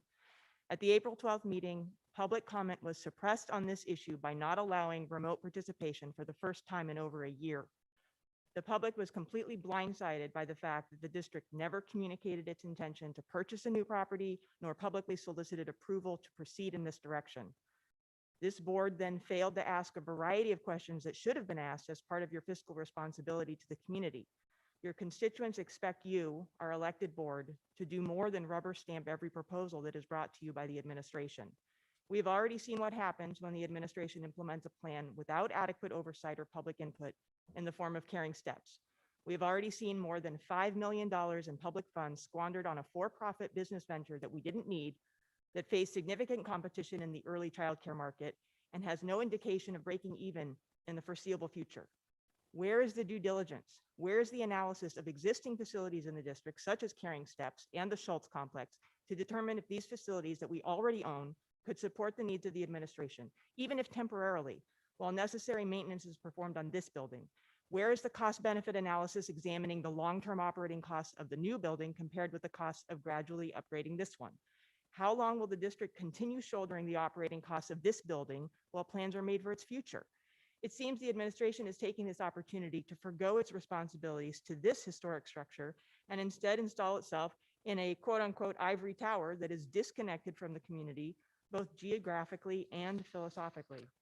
We have been told time and again that our district cannot afford smaller class sizes, better teacher salaries, transportation adjustments to support later school start times, or technology to support distance learning for quarantined students.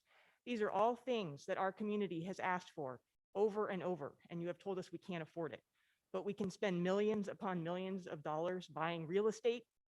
Every dollar spent by RCS on these ventures is a dollar taken away from our children's education. Between Caring Steps and the Letica property, more than $15 million is being diverted from our kids in the space of 3 years. That works out to what? $1,000 a student? I'm here because I want the very best education for my kids so they can succeed in the future. That and only that should be the goal and the focus of this board and this administration. Please Our wrap up. community Thanks. deserves a thorough and complete explanation for how these real estate expenditures are aligned with the singular focus of giving our children the best education possible. Thank you. Thank you. Julie Stalker.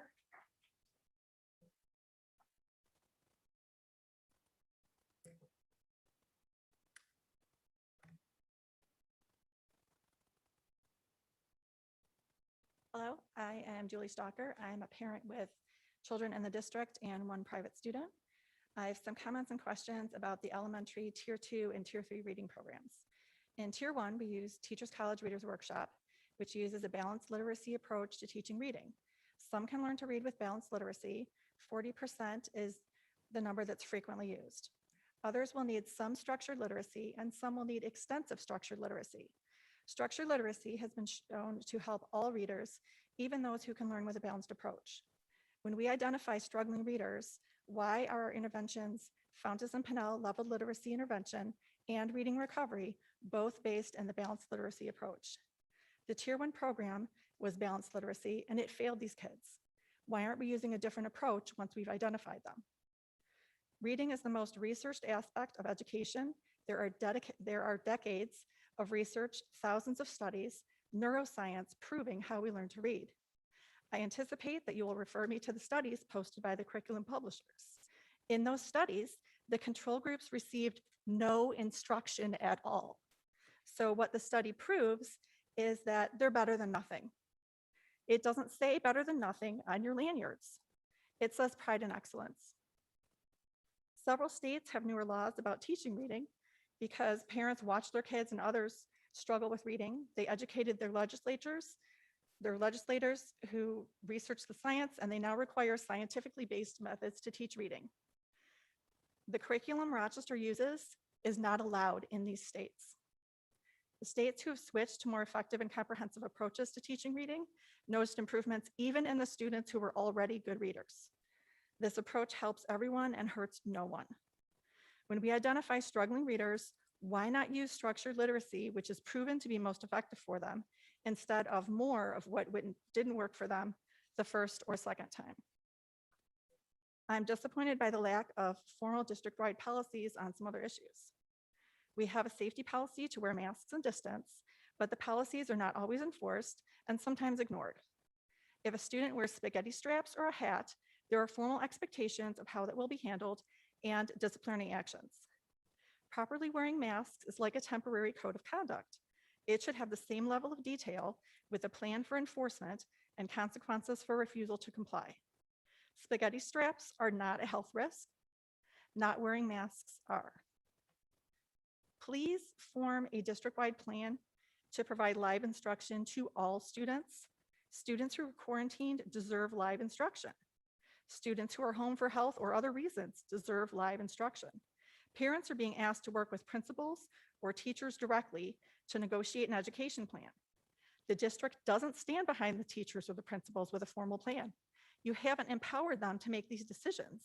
In some cases, after a teacher or principal have communicated a plan, the administration has vetoed it. Please wrap up your comments. Thanks. Parents should not be tasked with negotiating secret backdoor deals to get their children educated. Something I do feel the district did well during the pandemic was the response of the special education department. I appreciate the flexibility and creativity the staff showed in delivering special education and other services this year. Thank you. Barbara.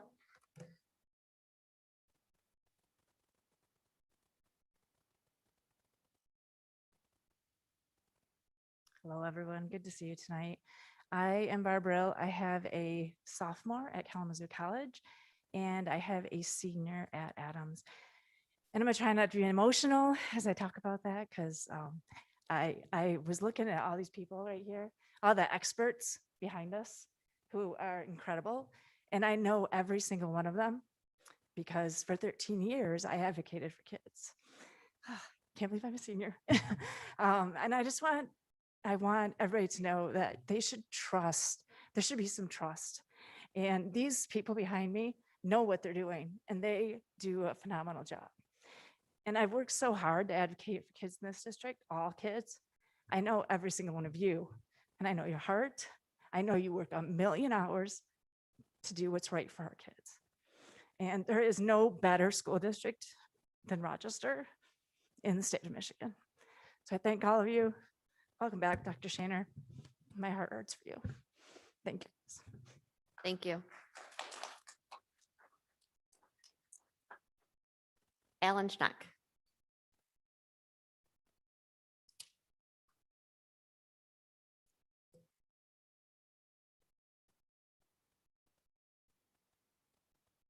Good evening. My name's Alan Schneck, and I'm the parent of 3 former Rochester Community School students. And I just wanted to come up tonight and thank the board, thank Dr. Shaner, thank the administration, and everybody that's comprised of the Rochester Community School District. From top to bottom to side, you guys crush it every day. And it's not just the work days. It's not just Monday through Friday, 8 to 5. It's the weekends. It's the holidays. It's the late nights. It's the commitment and dedication that I think is shared amongst everybody as stakeholders. And I don't think that should be overlooked. And there was a person not too long ago that shared a speech or a quote with me from President Roosevelt. And I think it really kind of summed up the way that sometimes we should have a perspective or an opinion on what's done.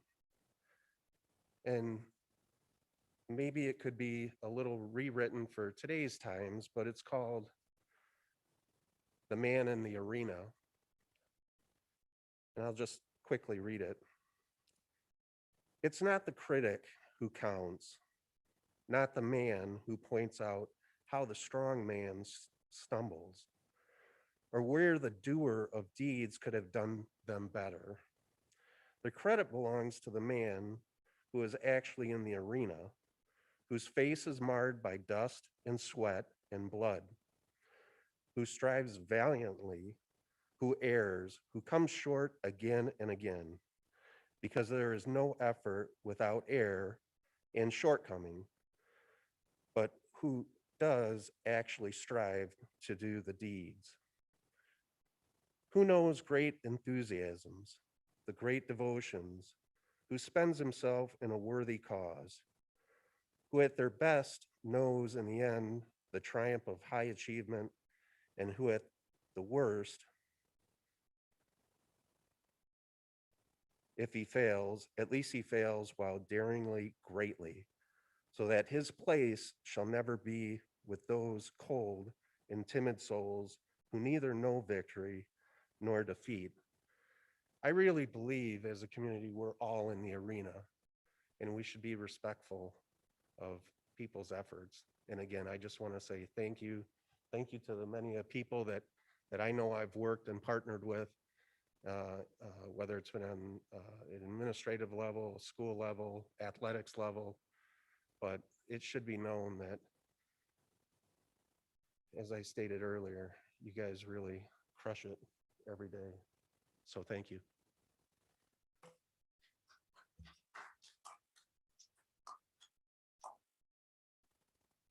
Thank you. I'll just say that that quote means a lot to a lot of us up here. I don't know if you knew that, and to some sitting in the audience who have sat up here before us.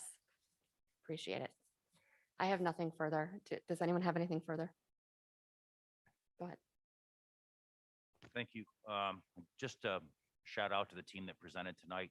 A ton of work in the last 2 weeks going into that presentation and really codifying it into something that we could really appreciate this evening. So thank you for all of your hard work. Just real quickly, Christy, you said something about pandemic fog earlier, and I've been reflecting on that since you said it. We're coming close to the end of the school year. May 17th is the last day for our seniors.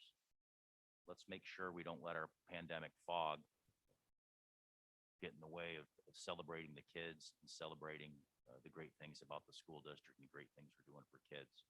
I just want to say one last thing. Everyone has been through a lot in the last year.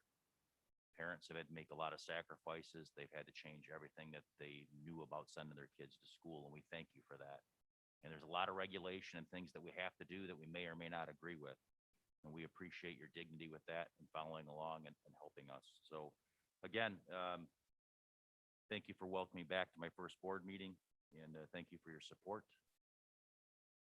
Great evening. Thank you for being back, Dr. Shaner. I'll take a motion to adjourn the work session. Moved by Mike, seconded by Michelle. All those in favor, say aye. Aye. Aye. It's 9:50. Meeting's adjourned.